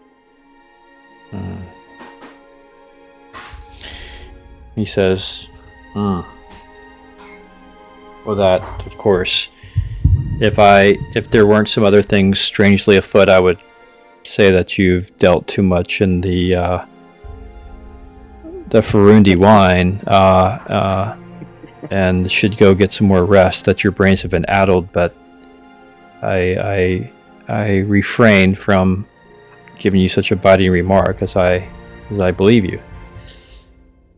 He says, well, I'm a paladin. There's no such, be that as it may, good intentions. Don't always, I've known many a good paladin that could see right from wrong, but couldn't see 3 from 4, as it were. But in this case, I have no reason to doubt you, and I believe you. This is perplexing. He says that I can tell you this. This arm does have some residual psionic energy to it. I've been able to, over the years. I of course do not have the psionic ability, but I've been able to learn how to detect that frequency, that kind of the specialized energy that comes with that. And I can tell a faint imprint of psionic on this arm. And it's so interesting that would be there in a spiral pattern, as it were. This is, didn't you mention you saw something to this effect in the ruins of the Founding Stone? We were seeing it pretty much everywhere. We were even seeing it in the ground, and in the skies, and in the rooms. It was we're dealing with some kind of I don't know. If I had to guess, we're dealing with some kind of national power of another dimension that has psionic powers beyond what we're used to dealing with. And it's got me a bit unnerved, I've got to admit. Indeed. Mm. He says, well, these Oh, are they very... can teleport like groups at a time, I should tell you. Yes, the psionicists have learned long ago how to psionically transfer themselves, not by magical means, but by psionic ability. It's a great area of study to be clear with some circles within the mage community to understand how they do this without components, without verbal, somatic, or kinetic components to it, without tapping into the the mana and the magic aura that is the origin of our power. But nonetheless, there are some very heavy things happening here. Let me bring you up to speed on what we have found. He says, since you've started this, you're in it, as they say, for a penny or as in a pound. He said, look, as you know, Elveron and Renathar, to my suspicion, were orchestrating an espionage using the ink.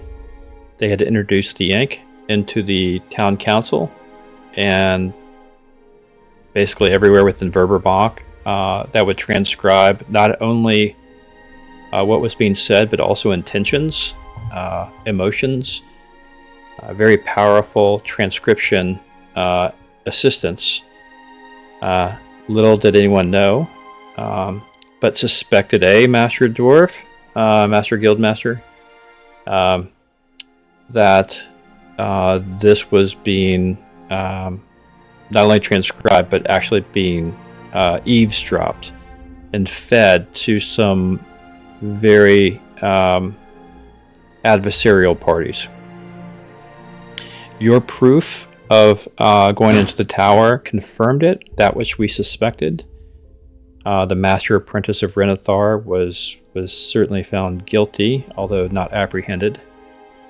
And we suspected Renathar, but he had no direct link. Your proofs had no direct link linking Renathar to the operation. Although knowing Renathar's background, I fully suspected this. However,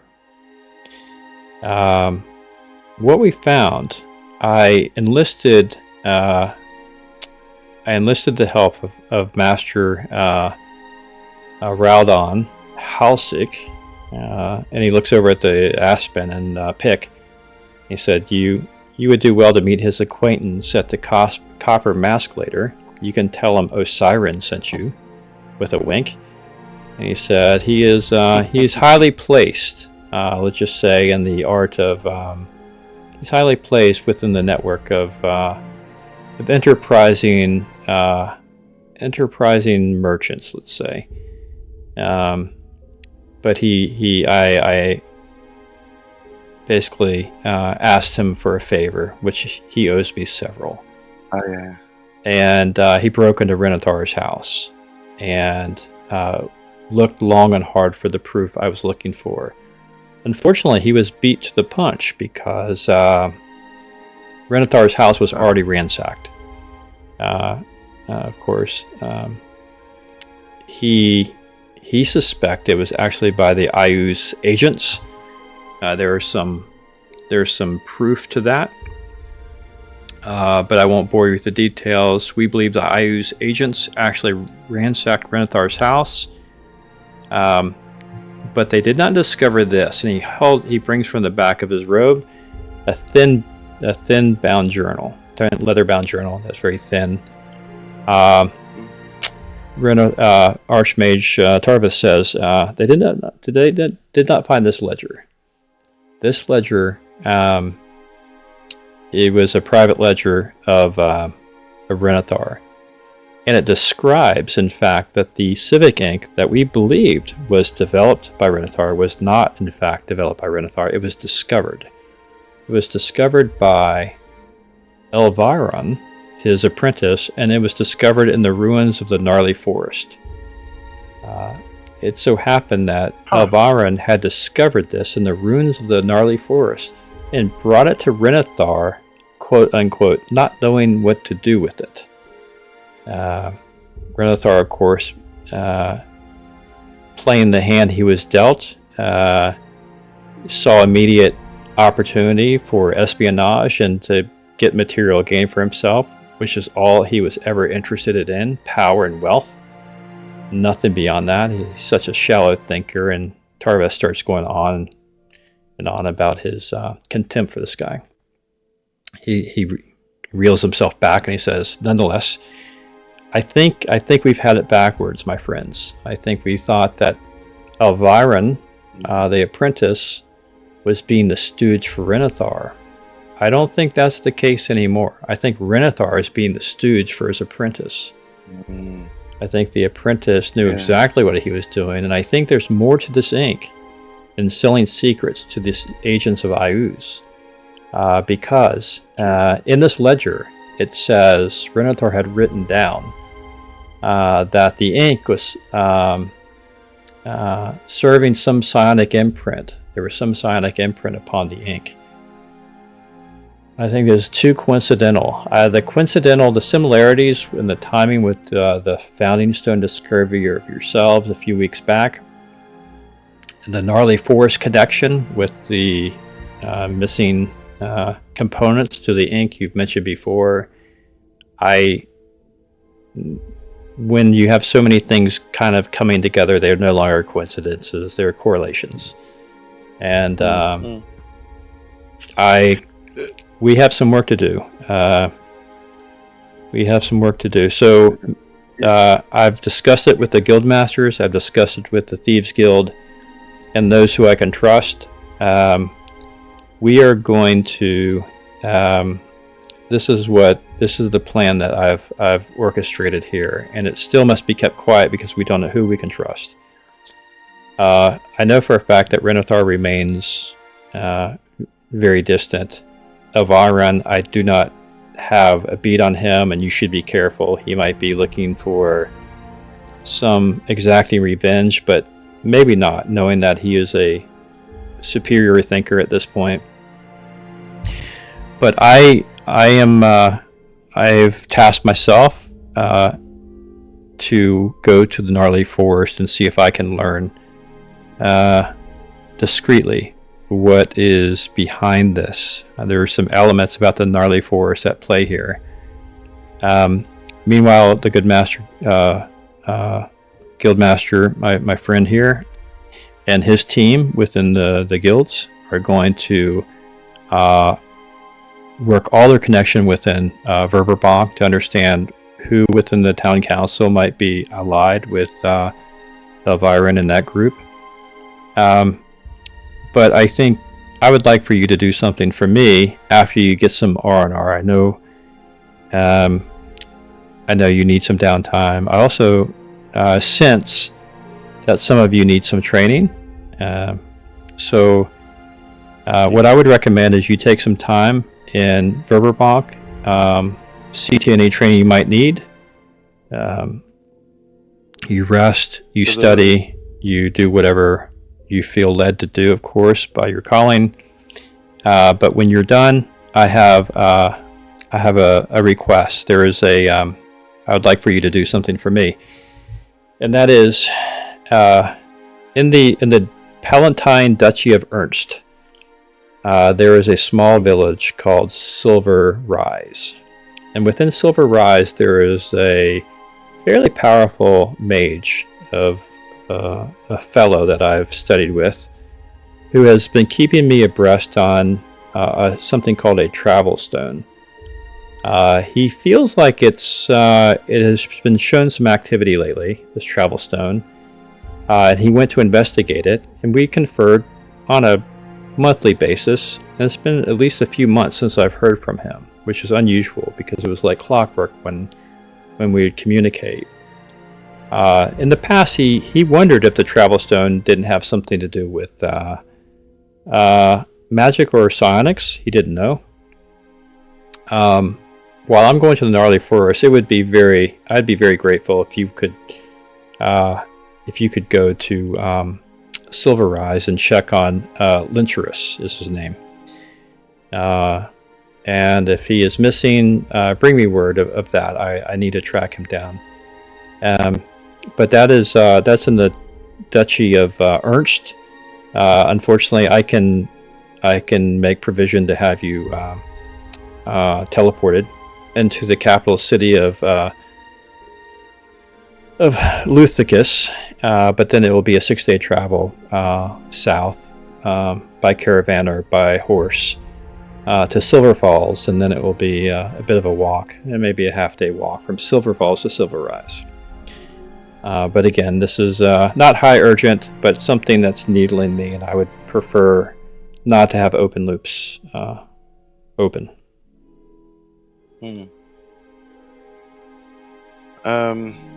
Did we notify him that there was still 2 other sites, possible sites, one beyond the lands of Ket and one over in the southeastern regions of the Great Kingdoms, I think it was. Yeah. So you relay that to him, right? And you say, good Master Magus, do you have a larger map of Greyhawk or the Orith that we can show you what we remember seeing at the end of this ritual, right? And he brings one down, and then he says, "What did I don't, tell me what you saw." And what you saw was the following. I have it. Good. Yeah, I have sort it. Of pointing to the areas of the map that we saw. Yeah, I just need. I can't remember. One was down near Sundi, I think. Yeah. Or close to Sundi. Well, let's see. And one was on the other side of Ket, which is an awesome country. Mm-hmm. Let's see at the end. At odds with Bissell. Always has been. Yeah.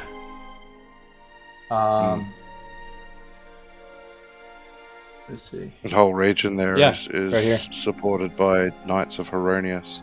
This is what you guys saw at the end. Knights of the Watch. You guys see this? Okay. See a blue line. It'll load in. Loading it's black in at the moment. Oh, if it's a map, I need to put you guys on it. If it's let me know if it pops up. If it does not, then I'll need to put your tokens on there. Well, no, it's not popping up yet. Okay, so it's probably I don't know why I did that. I need to. Well, they need to implement some kind of a method for you to be able to just show anything. I think they do. They have that. I just have failed to do it. There well. we go. Yeah. So Yeah, now we did. Yeah. Yeah. So there's Yeah, there's a point way here. past Ket. Point here. It's along this line. Somehow. Yeah. But okay. So yeah, there's a point up here. Let's see. Basically, a point at the end, a point right where you guys are at, like right, here. It's somewhere in There's the a point United right in Kingdom. here. Hmm. Along this line. And a point right in here.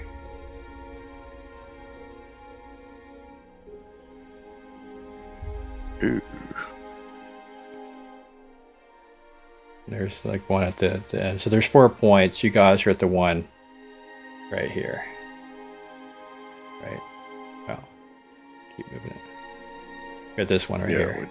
Gotcha. Yeah. With that one. Yeah. The mage says, interesting. It could be quite coincidental, but the town of Silver Rise, or the village of Silver Rise, is right here.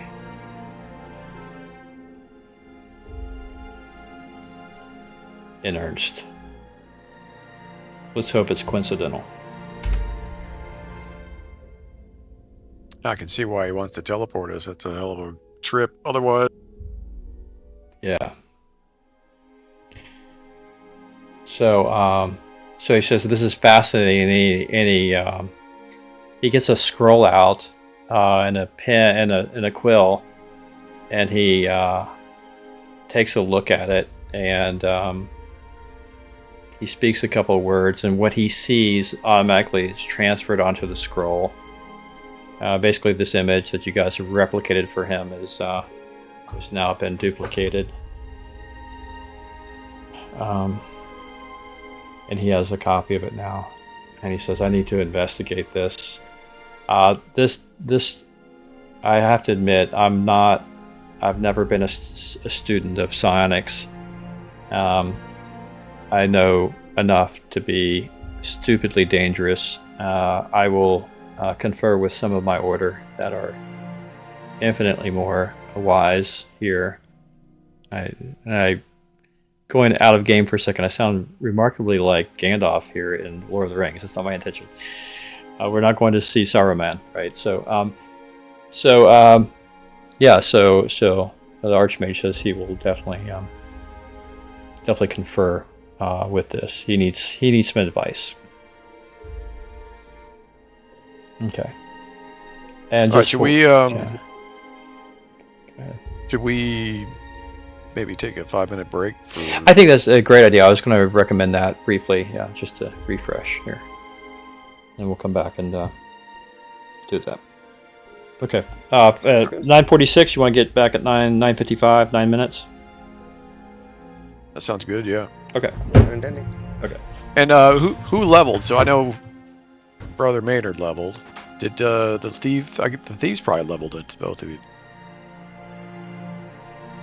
I didn't hear how much XP we got. So. Oh well, he'll go over that with you. So I think Aspen probably leveled. Thieves are pretty easy to level, so you might have leveled also. Okay, sounds good. AFK for just a second. All right, be back.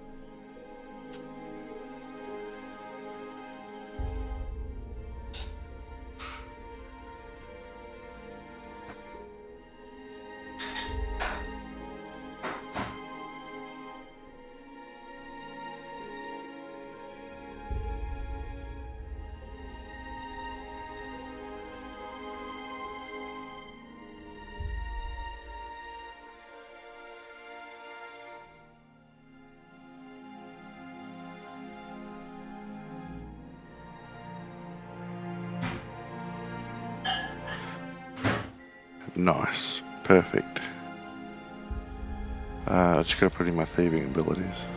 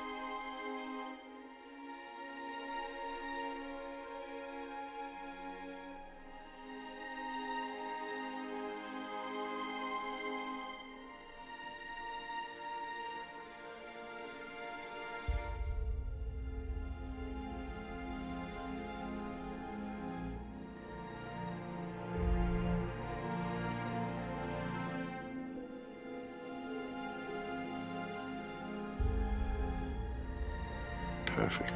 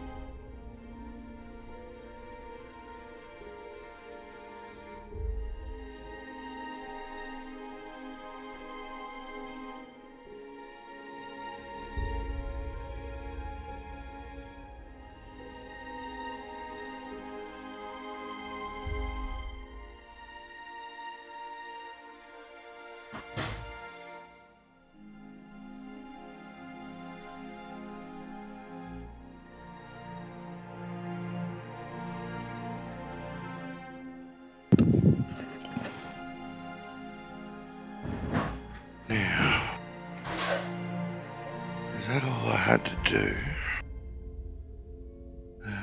That's my saving throws, they auto.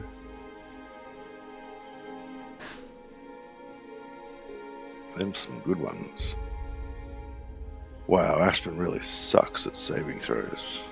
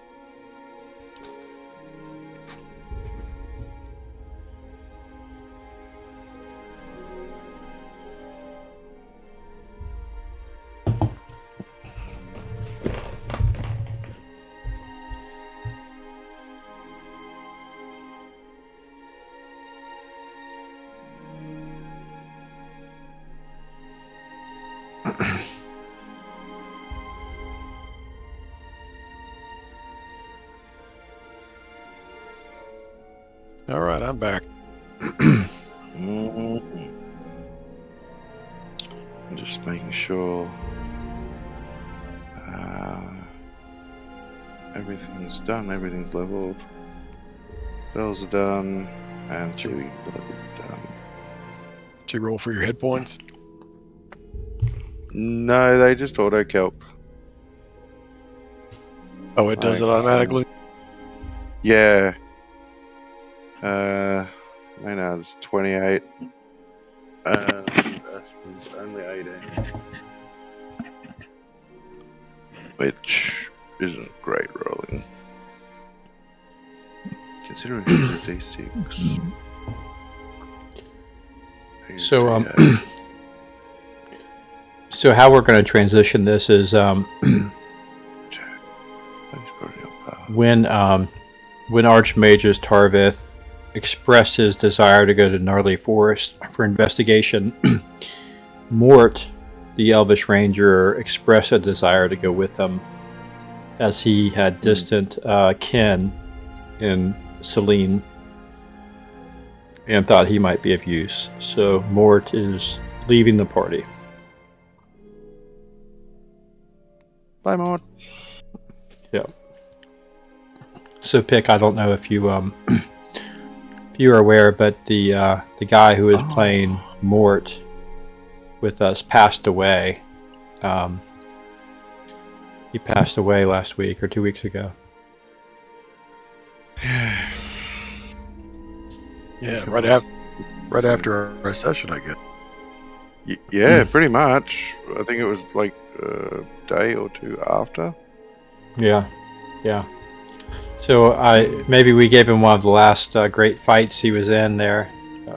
I don't know, but he was cracking jokes to the end, man. God bless him. You know. Yeah. But yeah. Now, Okay. what I want to proficiency slots.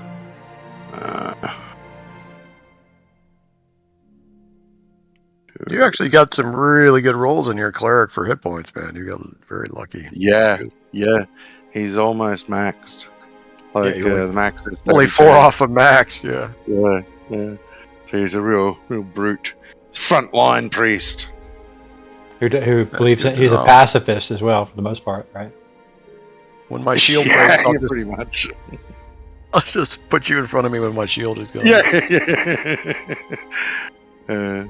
Maynard just gets yoinked to the front line. Whoa! Okay, so very pacifist. So Brother Maynard leveled up, huh? Okay.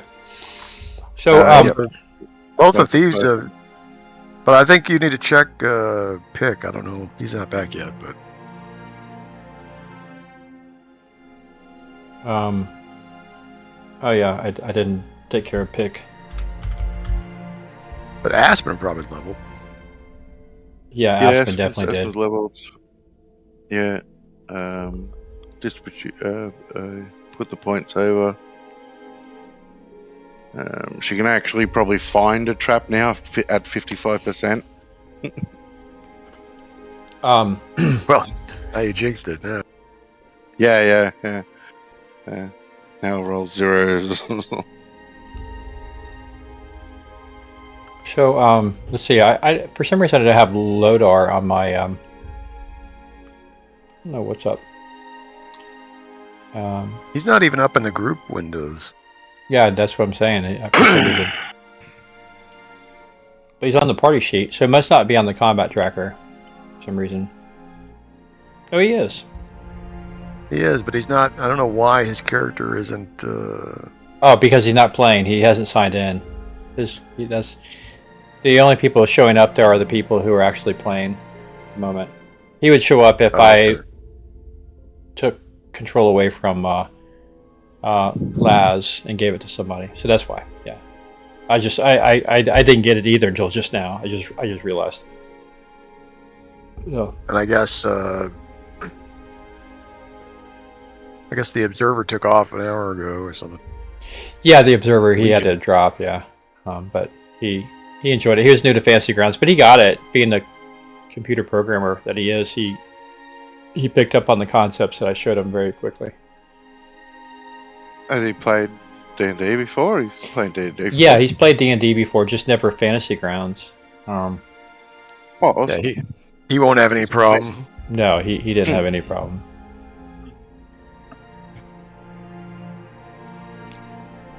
So, And I got a copy of the Paladin's Handbook while we were running around. Good old Internet Archive. good.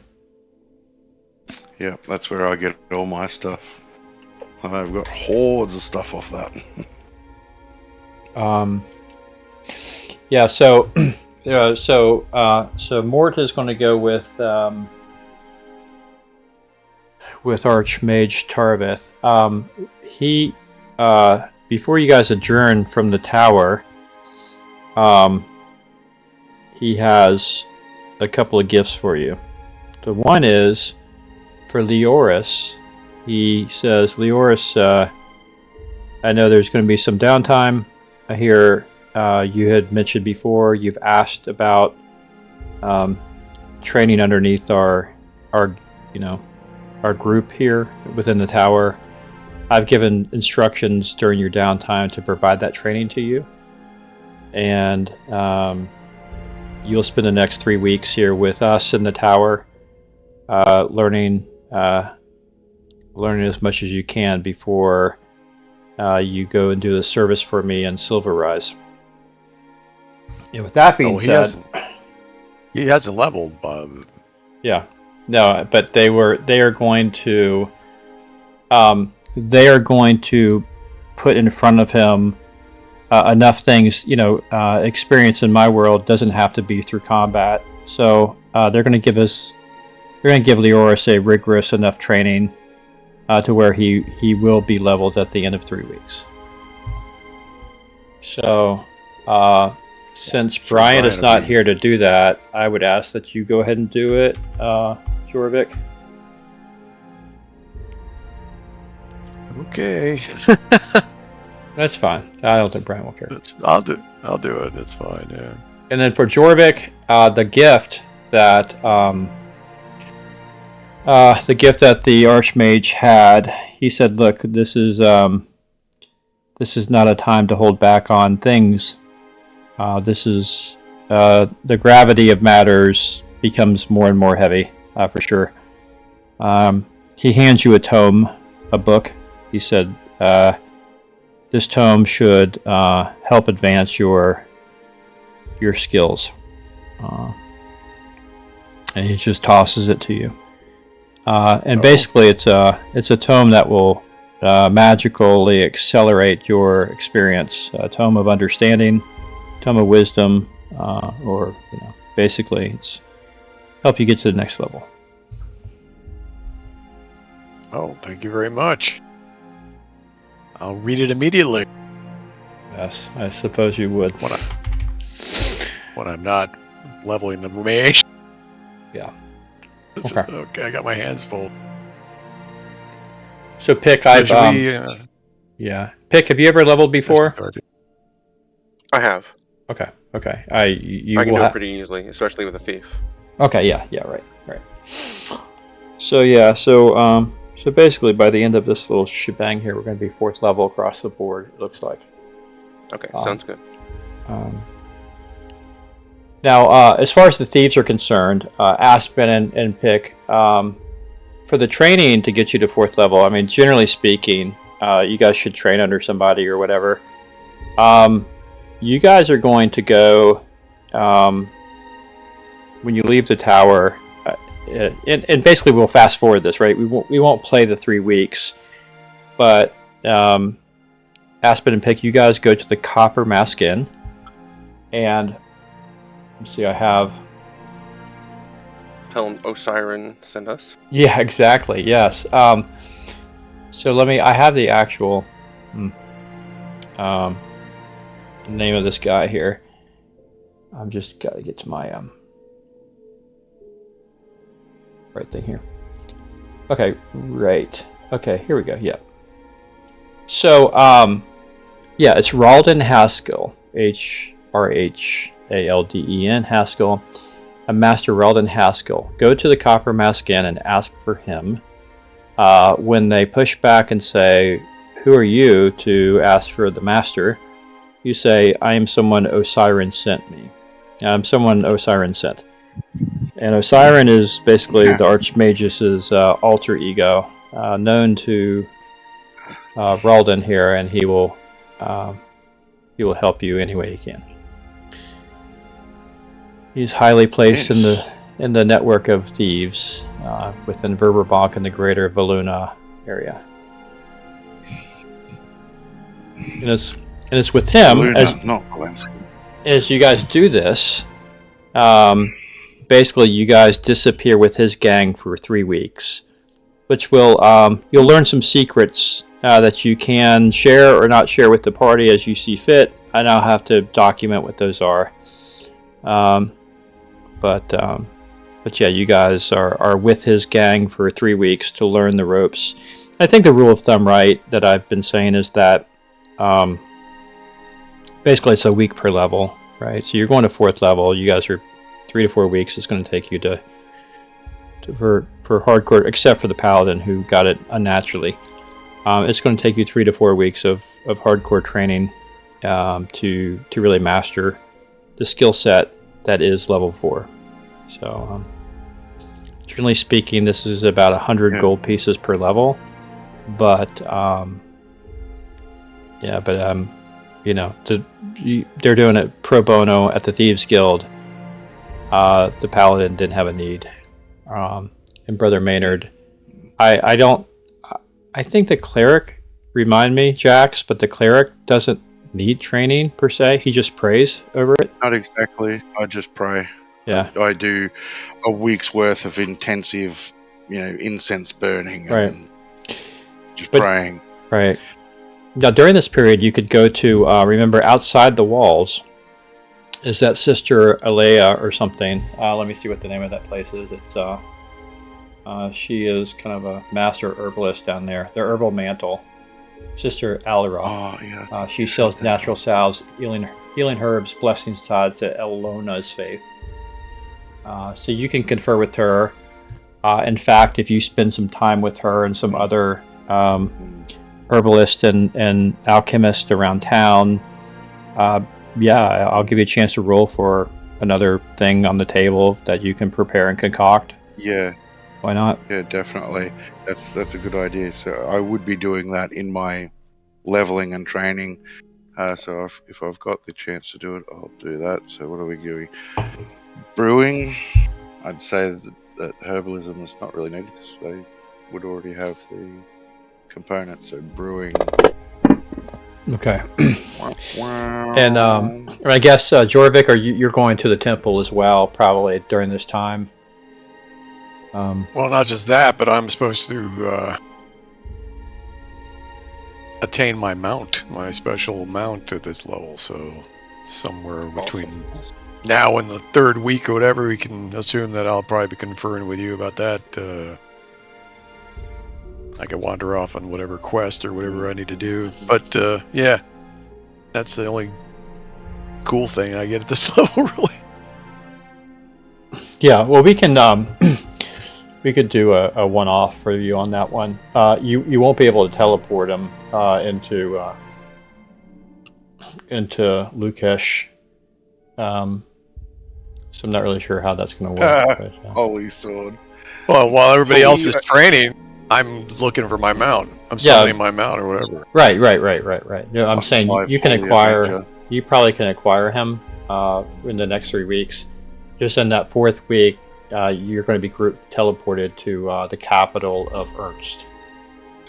So I thought QE had some sort of holy sword at a certain, or is that only for holy defenders? Oh, that's like a super rare thing. That's like a super rare thing. I mean, they're holy swords. I can turn around and just cast bless on your sword, and it will become a weapon against undead for a limited time. Yeah, there's no guarantee that a holy sword will ever manifest. It's just up to the DM and the campaign. It will never manifest. I wish it was. I wish. But there's other items in the DM's guide and stuff that actually apply to a paladin. Right. So there's possibilities. And the reason for I'm kind of artificially advancing you guys a little bit here, as you can tell. You sniff out I'm being overly generous on some things. The structured adventure that you're going to find yourselves in calls for about 28 levels of party experience. And prior to tonight, you had about 18 to 21. So having to add a little bit of oomph to the party here. Oomph. Nice. Yeah, I don't want to TPK on day one. All right, so. Yeah.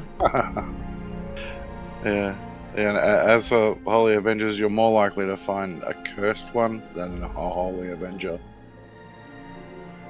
Shenanigans. Yep, that's about what you get. It's not but a day after you've been to the Archmage's Tower, by the way, that when you're going to and fro, a couple loose ends, right? First of all, Lady Vestra meets you guys that first night back and says she did find accommodations over in the High Quarter, more befitting to her station, I guess. And thanks you guys, profusely and earnestly, authentically. She thanks you, and says that she intends to try to keep in touch, and she sincerely believes she means that. Whether she does or not, we'll see. But she was able to send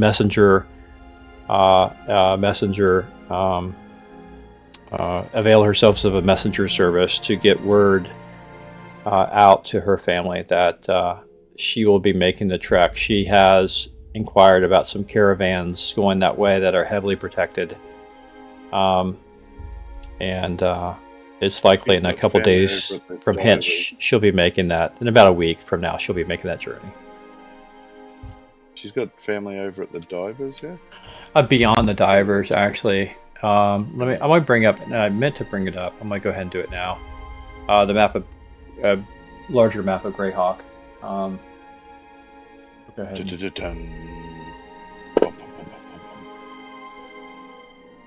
All right, so you guys can see that image, hopefully. We can. Okay, great. Or I can. Great. So, you guys are in Frundi Valuna.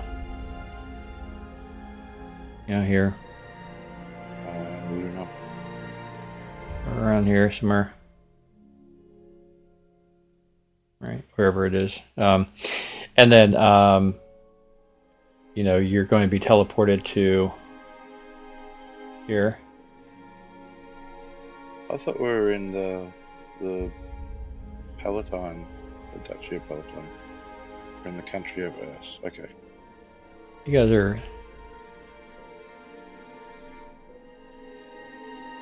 guys are right in here, right? You guys, well, I'm having trouble dragging my. Just get rid of that pointer. I think you guys are right about here. Right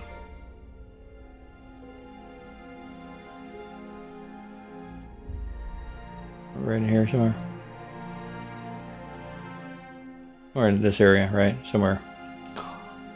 I thought you're on the cusp of, right on the border of Valuna and Verundi. Down near the Cron Hills, above the Cron Hills a little bit. Maybe down here. So, and you need to go to Lukesh, which is here. The capital of Ernst is here with the circle. And you have to go to Silver Rise, which is a village beneath Silver Falls, which is down here. And Lady Vestra's family, in fact, lives over here, on the other side of Celadin Forest. Oh. She's from the Greater Kingdoms. That would make sense. And, yeah. That's about right. And of course, the not great guys are up here, which we hadn't broached yet. They're kind of reasonable. Yeah. I mean, you don't have to go too far. You've got Empire of the Brightlands right there. That's got a lot of nasty shit in it.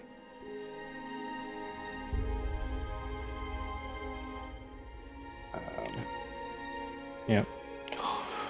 Ernst is much like Ferundry. It's border wars now. The country of Ernst rubs borders with Rus. Okay. Good. So that's that. So that takes care of Lady Vestra open loop. The other thing was that you guys, the halfling sister had asked you guys to check on this homeless guy outside. Well, you didn't have much of a chance because the day after he found you, and he is asking for your help. And let's imagine that this has happened right after. I guess you guys already attained your levels, right? So,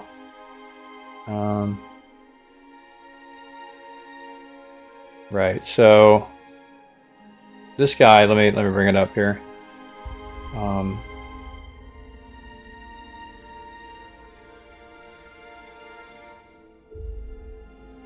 Okay. Yep. So this guy's name is Greethan. He has come across you, and he starts wailing, crying a bit. He's an older guy. He was once well-to-do, at least middle-class merchant or some business person who has become homeless. Said he explains. His name's Greethan. He kind of sleeps in and around the alleys in the foreign quarter. But he asks for your help. He explains in his tattered clothes and stinky breath and whatnot that maybe a little bit too much alcohol. But his ring has been stolen. He It's the only possession he has. He explains that his wife had passed from a disease, a wasting disease that broke him, to see her waste away over months and months without help. All he has of her was the ring he gave her, and she wore for 40 years as a commitment of partnering there. And when he was asleep, he was careless and left the ring out in his open hand, and a bandit came and took it. He recognized right away what had happened. He did his best to chase the bandit and was able to, because the bandit wasn't very fast apparently. And the bandit ran into the bogs that are south of here and got basically something came out of the water and grabbed him. Came out of that area and grabbed him. And it grabbed it with its rubbery tendrils and dragged him into the water and basically ate the guy. But the ring was with him, and he's asking you guys to get that ring for him. He can't do it. He's just an old guy, Yeah. I'm sure he's just an old guy. But you guys, can I check whether that's an illusion? Yeah, you can, and you can check for evil. But I'll let's see. I could make the best I could do is maybe perception or an intelligence to see whether it's an actual illusion, or whether his facade is an illusion. I'll do an intelligence. Nothing unusual about his facade. He is he. Nope. Alright.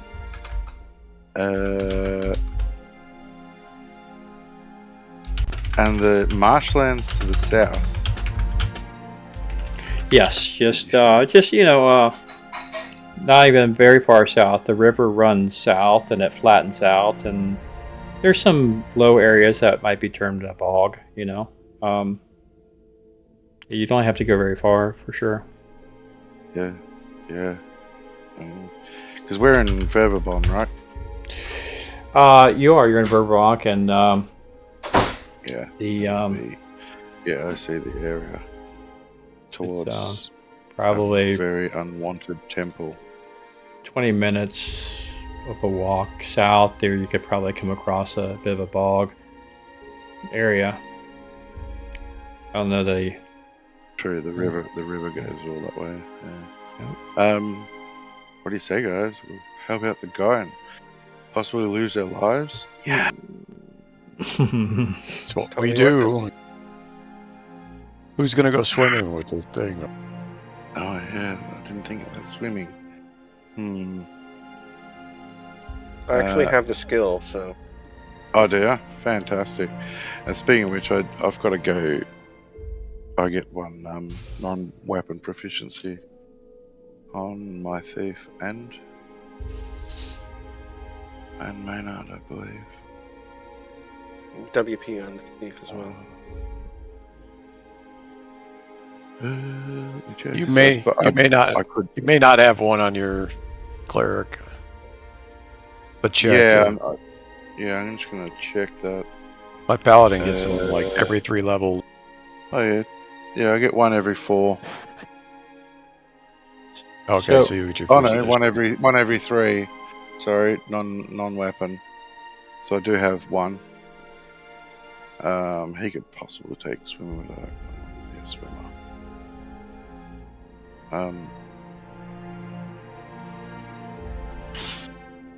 A ring. That's going to be hard to find amongst the reeds.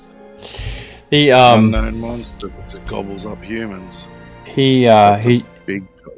The guy tries to explain what the thing looked like, and so I think there's you guys. Once you guys roll me, like, does anyone have like survival or arcana? As far as you might know what this monster is, and if so, you might be able to strategize ahead of time on how you might deal with it. So if you have What about Arcana, Survival, information gathering? or any reasonable skill that might help you know what through this guy's description. Yeah, maybe.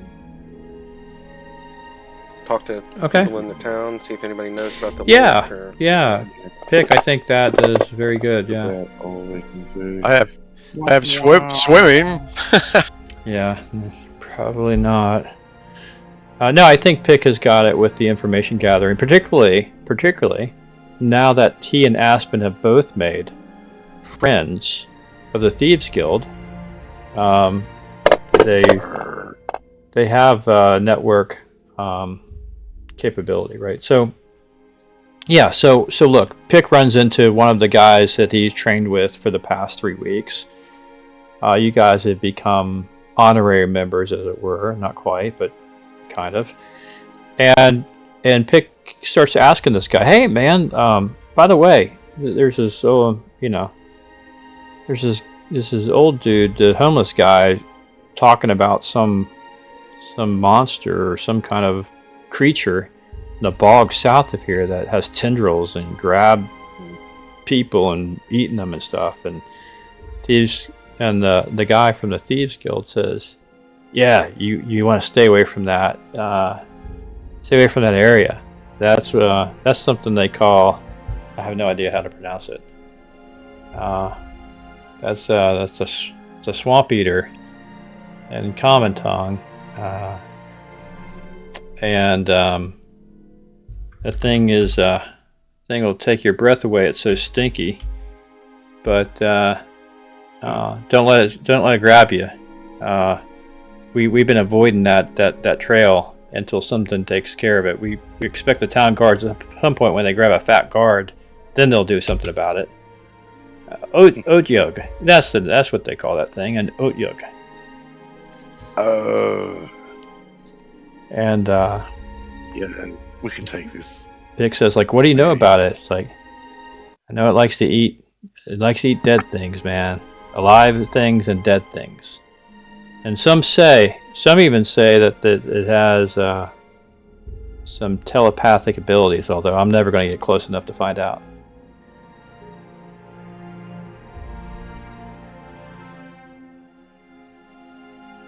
Psionics. I put a public note up for Leoris for a reminder for Okay. if and when Brian comes back. He needs to select a couple spells. I'm not going to select spells for him. Yeah, that's fine.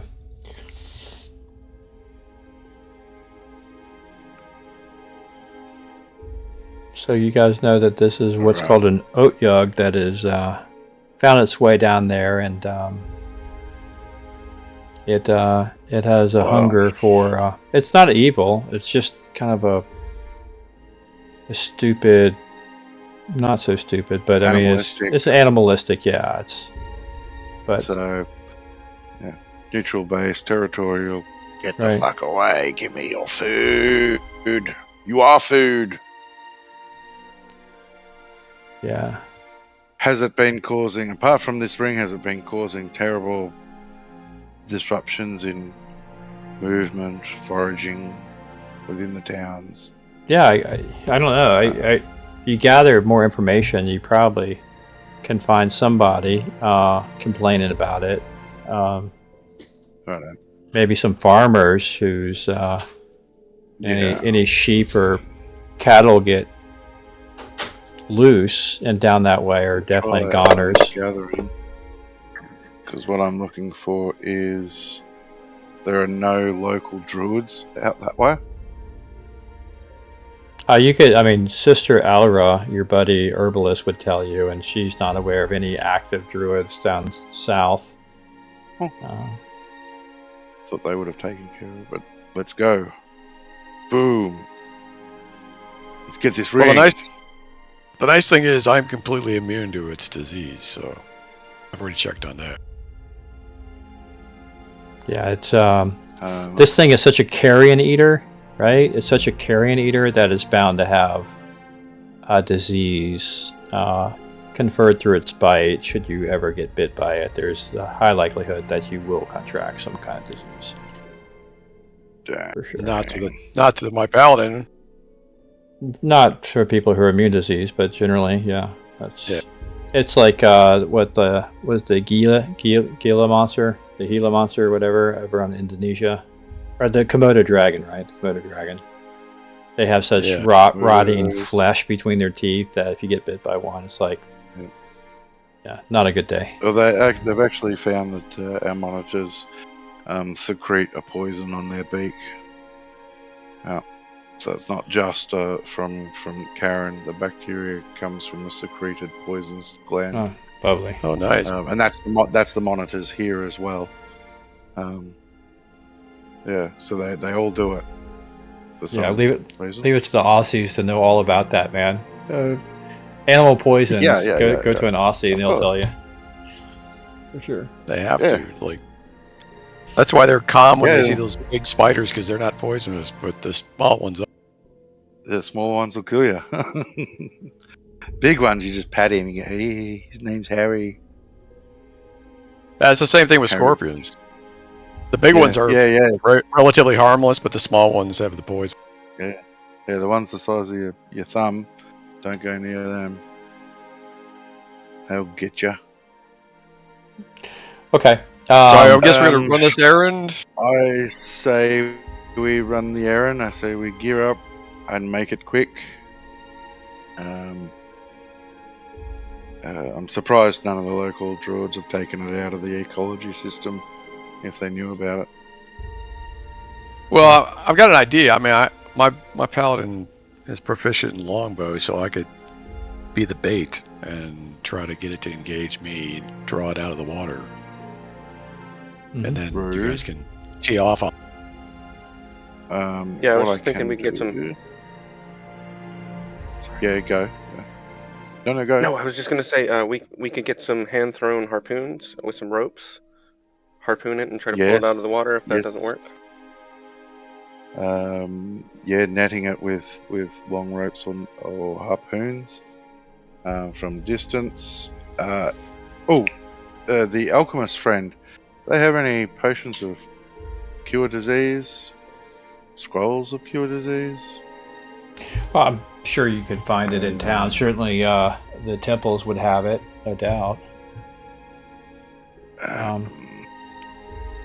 You're See, I can't. practically speaking, you're so close to town that I can't imagine a disease would contract and take you out in an hour. That you couldn't get back to town and get it cured if you had the money to do so. Well, I can cure disease anyway, so don't sweat it, guys. Like, you do at least Alright. one cure. Now that we know the Thieves Guild, now that Aspen and Yeah. Pick know the Thieves Guild, are there any type O poisons? Type O is a paralyzation. I won't ask for type E because that's death. And I don't know, it's entirely up to you whether you want death poisons floating around in the market. I think you have a better chance. Well, you have probably you can buy it through the Thieves Guild. I'm sure you can get anything through the Thieves Guild with enough money. You probably could prepare a paralytic agent. I'm not sure you can get a cure disease, but you could get a paralytic agent, I'm sure, from your sister buddy down in the herbalist side of things. Oh, excellent. All right.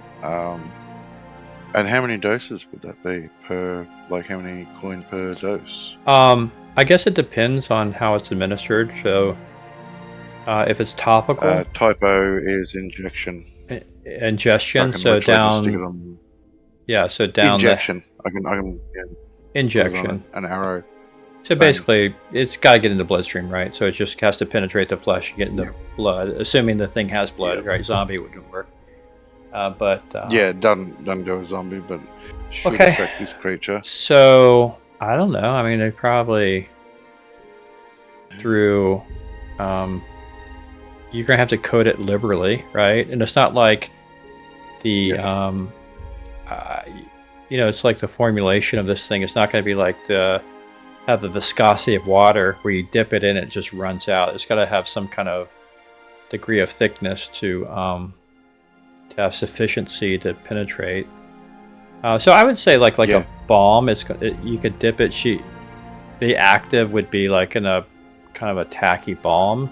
You dip your arrow in it or the tip of your sword in it, almost like a Vaseline or something, right? An oily, waxy base, and then once it's there, it would confer. If it penetrates it, it's going to deposit it into the flesh, the tissue, and the blood, and it'd break down there. And Yeah, I was just going to. so I'd say 6 like... to wax on there. I would say you probably can get 6 doses in a jar. That's pretty good. Yeah. Yeah. Okay. My character. So that's nice. So I will actually write down 6 poison arrows. And knowing this thing's coming up, this is Lodar. I know Laz would kick himself not being here, but Lodar has a perfect chance to wind up his berserk mode, knowing that there is going to be a battle at some point, right? And he just has to do it 10 rounds ahead of time, I think, to get all berserked up. Yeah, pretty much. So, okay. So the question is, do you guys want to leave it here as a cliffhanger tonight, or do you guys want to try to take out Swampy right now? Either. Might take a little longer than people are comfortable with. I don't know. It's up to you guys. I'm good. I'm We can fine. Take out Swampy. Or leave it till next week. It's up to you guys. I'm fine with it, but I don't have to get for work, so it's up to you guys. I don't have to get up for work. Oh, excellent. all right, let's do it. Yeah, I'm good. All right. So let me. Does anyone want to play Lodar? If so, you grab him and start winding up to your berserk mode. And let me. Okay.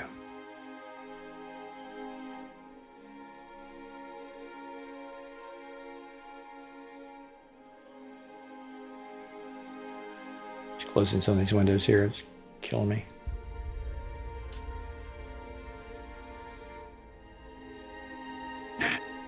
No, I have so many windows that get all. There it is. Okay.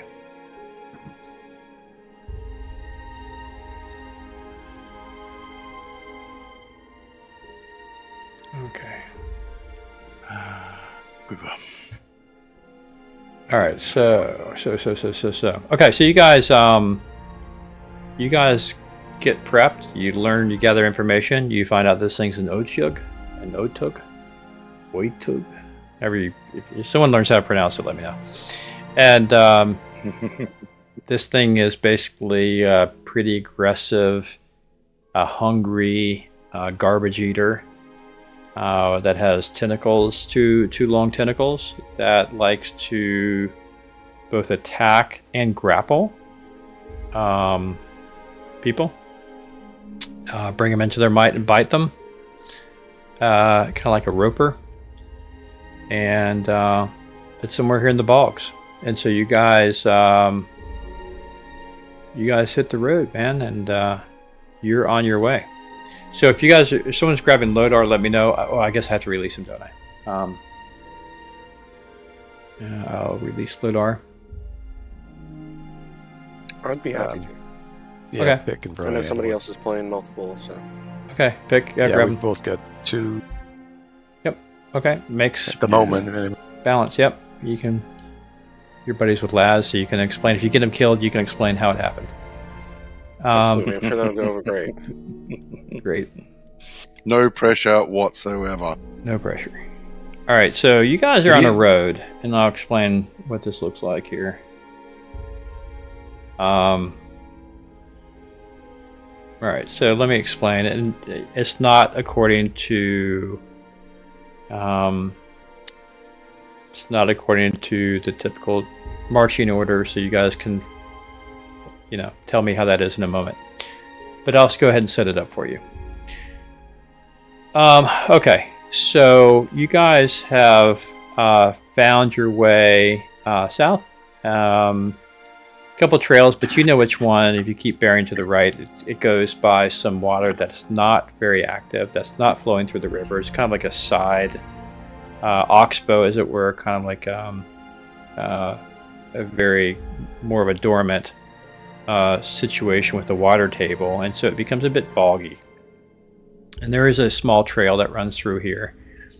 This is the trail that the thief ran down to try to escape with the ring. And let's see, I'm not sure if I can't see my can't quite see the table, so I don't know if my descriptor came up in the chat, but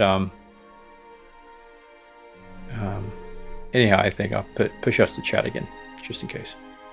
The trail winds its way through the edge of the marsh, little more than a raised strip of spongy peat flanked by standing water, the color of old tea. A little bit bluer than that, according to my picture. Gnats shift, swarm, and shifting clouds. Occasionally there's a splash of something unseen disturbing the surface. The air is heavy and damp, clinging to armor and cloak alike. Very stagnant, obviously. And as you continue along the marshy trail with that visual picture, the smell of decay grows stronger. Not the usual wet rot of swamp reeds, but a gaggling metallic stench, like meat left to stew in stagnant water. So, a lot more buzzing flies grow numerous in the air. And then I would say, as you continue on the trail, it passes near a shallow pool where the water is slick with scum and streaked with filthy oil swirls. That's about where you are now. Patches of long grass and cattails tremble with the movement of water beneath them. What are you guys... Tell me what you're doing at this point. And tell me who's leading, so... If you guys want to tell me what the marching order is, let me know. Yeah, I'm in the front with Jorvik. Yeah, I'll be with Jorvik. I'll be right behind his shoulder. Right And I guess the dwarf would probably be with me. Yeah. And Close pick to is... that anyway. let me know if you start the wind up on your berserk mode. I know you don't. That a long time ago, right? It's a timing issue. I'm not sure how that works, but you're getting the sense that you're probably pretty close to the, I wouldn't call it a lair, certainly the place where the guy's hanging out now. Well, I wanted to bring along some compost or something from town. Yeah, some dead fish or something. Okay. Yeah, because obviously it's a carrion eater. I figure we just start throwing some of this stuff into the water, or up along the coast, on the beach or whatever. Yeah, or on the land, you might actually tempt him to come out of the water and grab it. That's a good idea. Well, that or I could even rub some on my palate. I don't care. I'm immune to disease, so it doesn't matter. But not the stench, man. There's definitely a rule for gag reflex. Yeah. Okay. Okay, so you have a very stinky bag of decaying stuff there. Okay. Yeah, fish and rotten vegetables and fruit. So. Okay, everyone, roll me a wisdom check at the moment. Yep.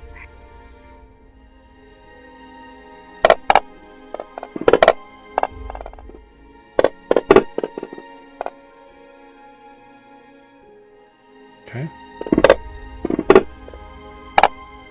Okay. You guys are on high alert, obviously. And you can't help but notice as you're passing this way a few rusted bits of armor and a snapped spear shaft jutting from the muck. There's half-submerged bones. Some are splintered and others with ragged tooth marks on them. Telltale signs of You're activity close. on the ground, like drag marks and things like that. Yeah. Okay. We continue to put the meat out. Throw your meat around. Yeah, I'm just kind of walking around the perimeter of this water, Okay. throwing some bait out, so to speak. A little bit in the water, a little bit on the ground, the beach. All right.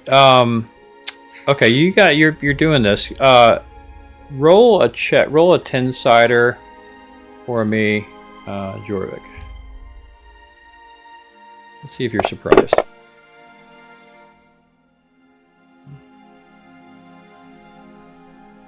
Can't see. No, I wouldn't say that you are, because you're expecting about what's to happen. You're expecting this, and so you're not surprised. So I need you guys to roll initiative for me. As you get to about where you are, Jorvik, you see out of the water a kind of a gray-brown thing arise, and certainly a tentacle comes out and looks to grab you. So I need you guys to roll initiative for me. I set it to round 1. Do it. Yeah, Initiative it's going to off be round weapon 1 here or in a just- second. Yeah, weapon. Yeah, just whatever weapon you think you're going to use.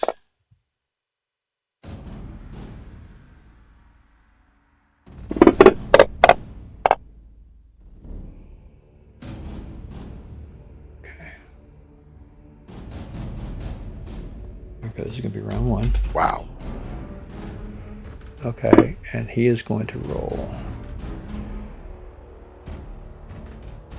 I think Joy just creamed it for the initiative.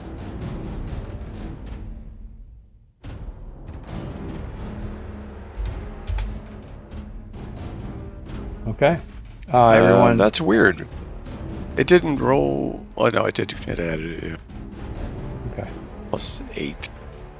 Okay, so the Oris, you see this thing reaching its tentacle out to grab Jorvik, but you are acting quicker than it does. So what would you like to do? Melf's acid arrow would be nice, but I set it for magic missile, so that's what we're going with. Okay. Can't go wrong. I guess he's got 2. Yeah. Where is this thing? There he is. Alright, we can assume it hits him. Unless he's got some kind of magic resistance I don't know about.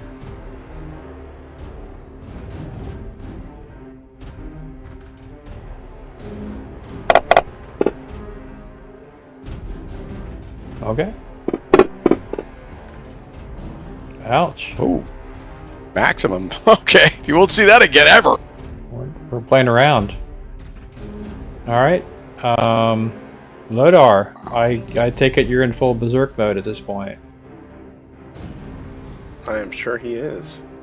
I don't know how. Is there a? It looks like there's an effect. Yeah, there's an effect down there. I think we need to apply it to you somehow.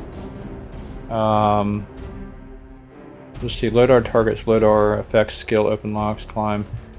So I think what we need to do is powers. I'm gonna open that up. Berserk. I think we drag. I'm gonna try to drag it onto you. Where is Lodar? Yeah, I think. Yeah, I did. Beautiful. Yeah, should be able to do it. Okay, so you see this thing reaching out towards towards Jorvik, and I think it's right near the bank, so you could take a swipe at it without having to get in the water.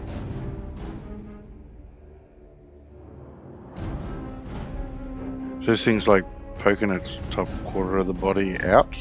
Or just Yeah, it's right there near the bank. It's only got 10-foot tendrils, right? So it has to be where it is in order to reach Jorvik. But the smell of Jorvik bathed in fish guts was too much for it. So it's reached out for Jorvik. Sorry, I was fixing his sheet. He didn't have his weapon proficiency set up correctly. Oh, okay.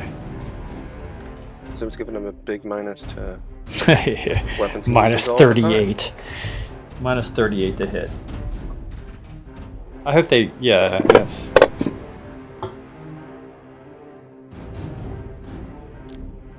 Okay. The effect. Okay. So you want? Are you ready to engage him yet? Yes. Okay. I rolled an attack and it put up a like a debug log. Oh, weird. Let's go ahead and I didn't see him targeted. See if you can target him now.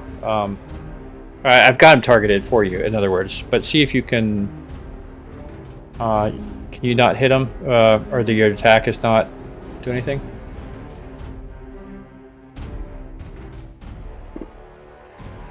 Yeah, every time I roll it, it pops up the compile log. Okay. That's with the hand axe, huh? Weird. His base attack is a nil value? I don't know. I was able to attack him with both hand axes somehow. So I'm not really sure what's going on with that. I went ahead and you hit with one, so I'll go ahead and apply the damage.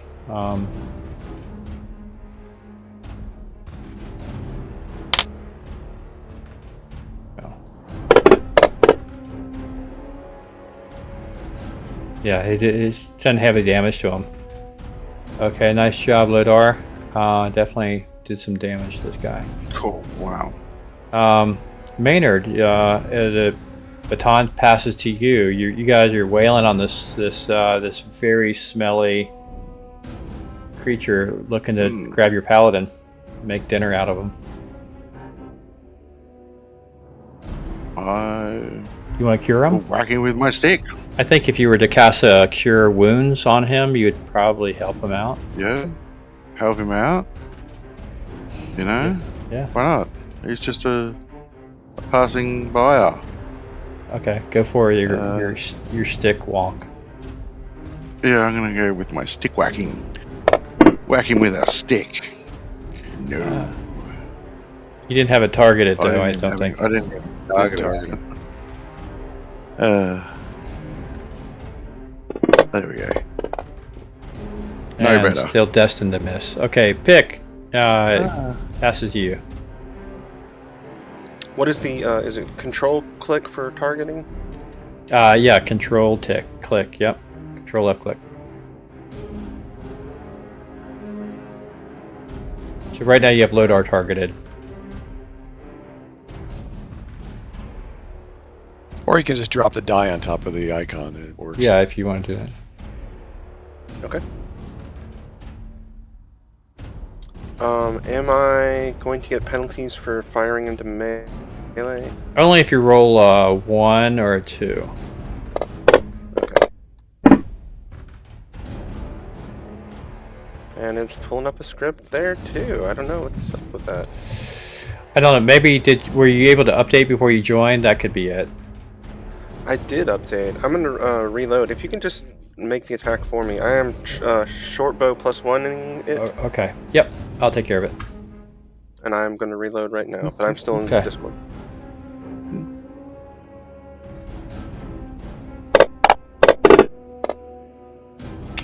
That was a miss on that one, right? So he'll have another shot in a moment. So Aspen, it's up to you. What do you want to do? We will load a poison tip arrow and fire. Okay, this poison is typo does what? It's paralyzed. Paralyzation. Okay. Yeah, if it pierces the skin, as long as it pierces the skin. It's one of my favorites. It's one of the most easily accessibles. Oh, did you fall on it? Did Aspen fall on her own one and paralyze herself? Something like that. No, she did not. I reinstated the table, by the way. You noticed the fumble table, so you rolled a 1. Had that been a 4, 5, or 6, it would have been very bad. Okay. Hey, it's OT's turn. Okay, so OT has an attack. He's going to attack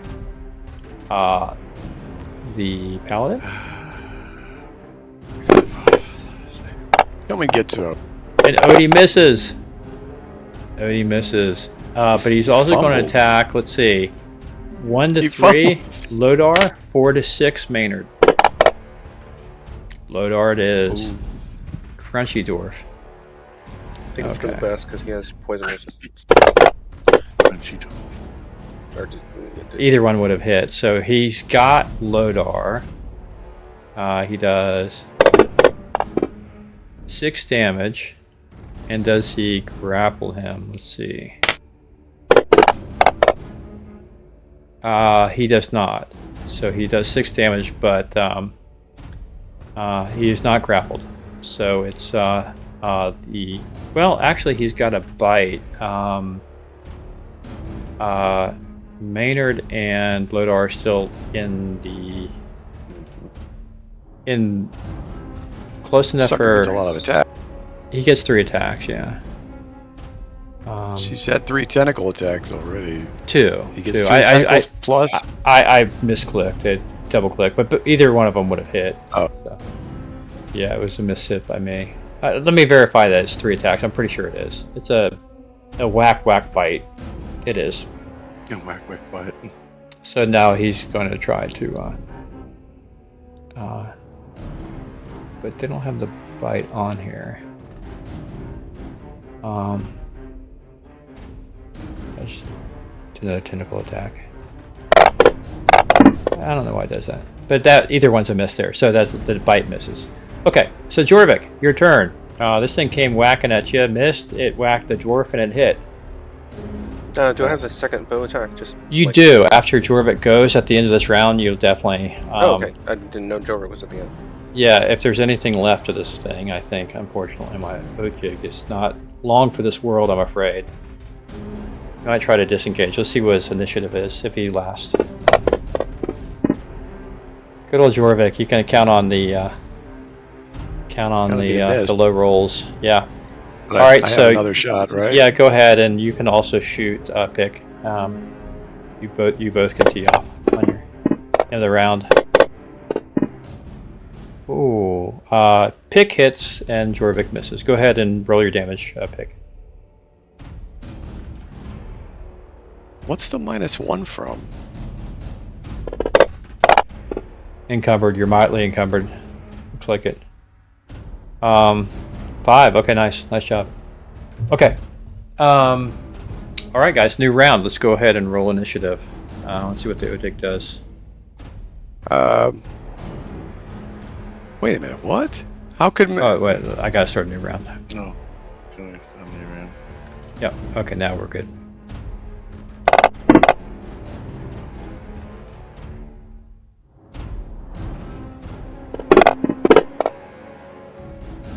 Initiative not 12. All right, whatever.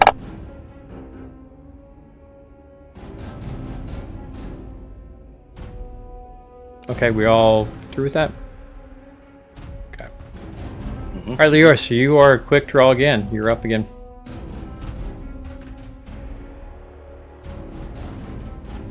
All right. Initiative. Oh.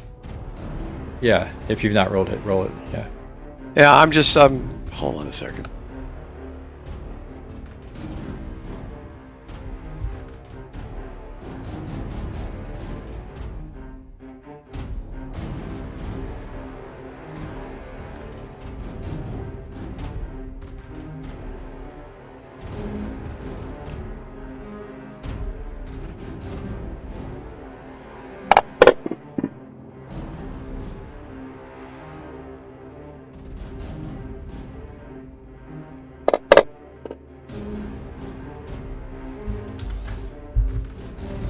Okay.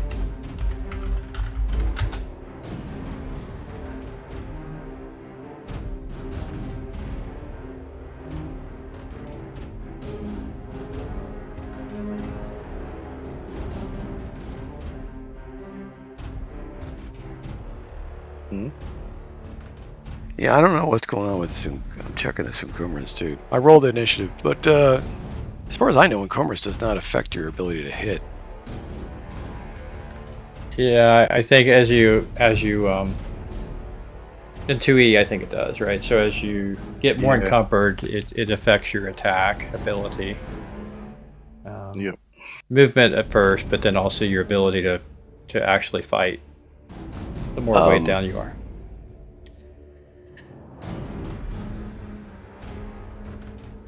Okay, so so what did you do, Lorius? You magic missiled this guy? What happened?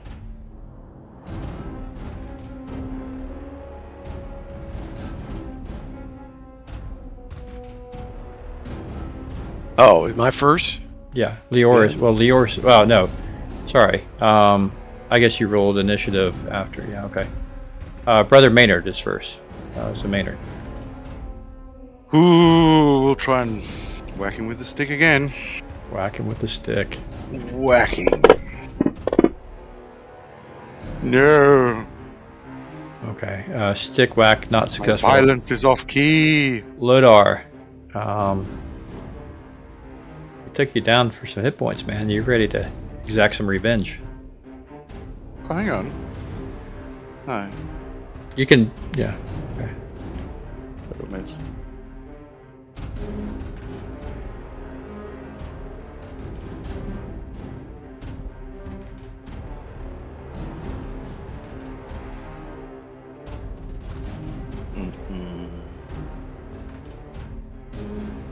Let's see, Lodar. We don't want Lodar to attack Lodar.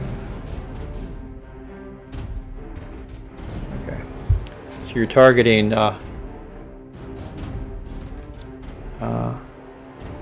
You're targeting Ojok now. Yeah. Okay. Not. Somehow it didn't. Are you still getting the error message? Yeah, and I think it's because it doesn't look like it's targeting me, and I don't. Or Okay, not targeting the thing. It was. It did. Then it didn't. Try it again. There you go. It is targeted now. Try again. Ooh. Nothing. It's weird. Nothing's showing up on the combat or the chat box. Yeah, it just it pops up that compile log. Something weird. I don't know. If I attack from your thing right here, like I attack, I don't get anything. So it's got to be somehow whatever the program on your side. I think can't be with the character because I'm rolling the character from my side and nothing's happening. Yeah, it makes sense. Don't know why though. Weird. It only happens during combat. You've not had that issue elsewhere. Okay. Nope. Try a different weapon. I mean, but you had it with the pick as well, right? Yeah, well, I had it with pick, and then when I reloaded, it worked fine. The attack.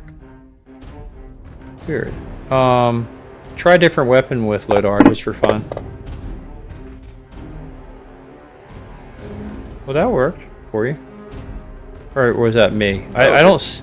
No, that was still you. I don't see him. Attempt to perform arithmetic on field and base attack a nil value. So it's saying his base attack scores are nil value. I wonder. There's a couple of, maybe we didn't apply the berserk effect right. I mean, because it seems to be. Let's look at his effects. It seems to be. No, it's applied. Yeah. Well, we'll just use your miss and move on, and hopefully I can figure it out before next time. Yeah, weird. Okay. All right, that's odd. Leoris, it is now your turn. So again.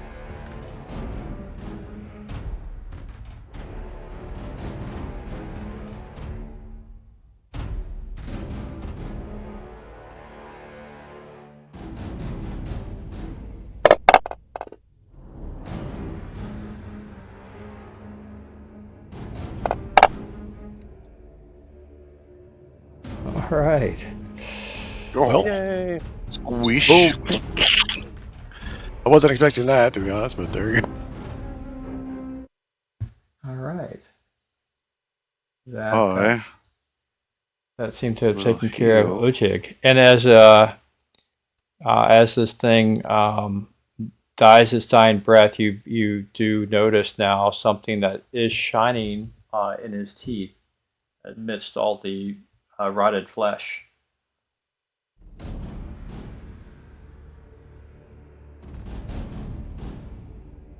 I will heal El Dwarfo. Thank you, thank you. Well, the dwarf can go ahead and pick up the ring. He took Yes. the most hit points. Yeah. Dwarf will Now that reach in I've the mouth healed you, push him into the offal. Get that ring out of there. Unless you want me to grab it. Indeed, you do find No, obviously he's not here. He gets to search for it. a small gold ring that is wedged between this thing's teeth. You did find it, in fact.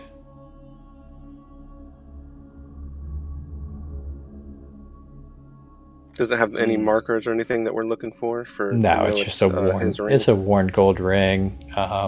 You figure it's got to be it, right? If not, I don't think you guys are dissecting this thing for it. But it looks to be a small ring. It's certainly the ring size is not that of a large male or a dwarf.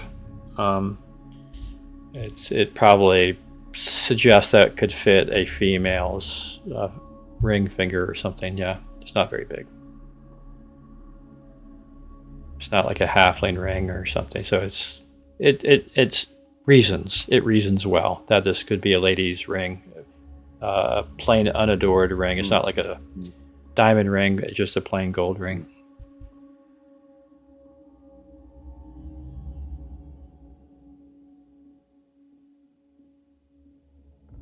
Wow. Can take it back to him, I guess. Yeah. You guys. Yeah. got the ring? We return it to Greathan. Was it Greathan? Yeah, Greethan. The Yeah. homeless Yeah. guy. Greathan. Yeah, unfortunately, there's nothing else. There's nothing else, unfortunately, here that is of value to you, except the mental picture of your paladin buddy being covered in fish guts. That's about the only thing that is of value to you. Yep. It's okay. He can walk that off. Yes, you've Or never we can seen just push him into the pond. fish guts look so dignified. Okay, so I okay. always look dignified. All right, so look, this was a pretty easy bounty for Wafting you the guys. hair. You guys this is chump change for you. I should have had 4 of these things. So look, you guys get the ring back. You take it back into town. Ladies and kids are running away from you, as stinky as you are. But you take it back to the homeless guy, and he is absolutely crying tears of joy and thanks you. He has nothing to give you other than his absolute unabashed gratitude. And but you can feel that this was a noble thing to do, and someone has looked down upon you and has blessed you. And for the next 24 hours, whatever it means, you guys will have been blessed. You guys have an active blessing for the next 24 hours. So I take a moment and pray with the crying man to help calm him and whatnot, and extend a blessing of gratitude upon him. Yeah. And then we can pretty much go on. Say, look, he says, I wasn't always like this, but there was a time I remember men of valor and men of deeds would do such a thing for someone who could not pay them anything. I am so very glad to see they still exist, and I will be praising your name until anybody who might listen. So thank you.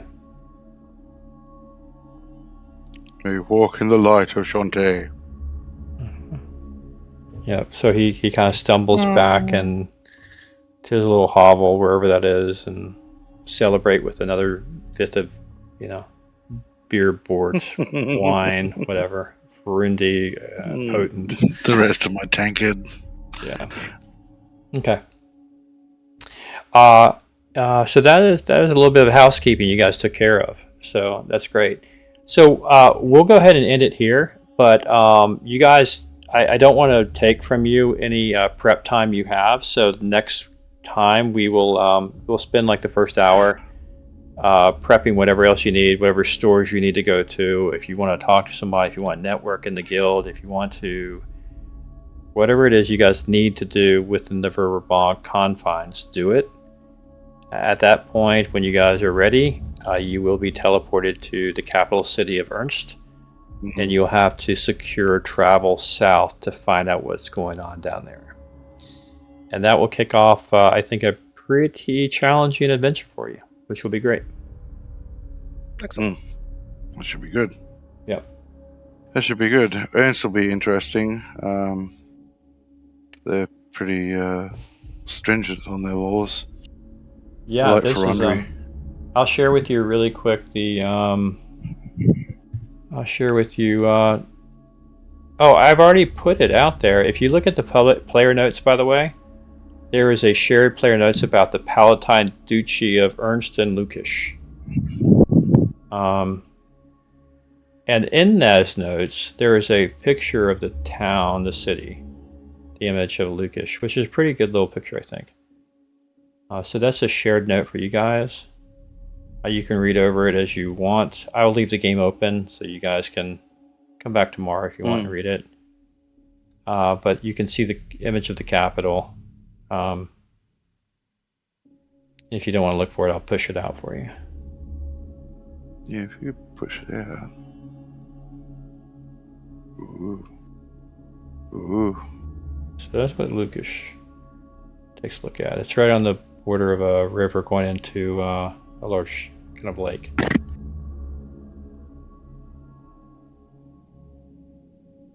But that's where you'll be headed to secure some travel going south.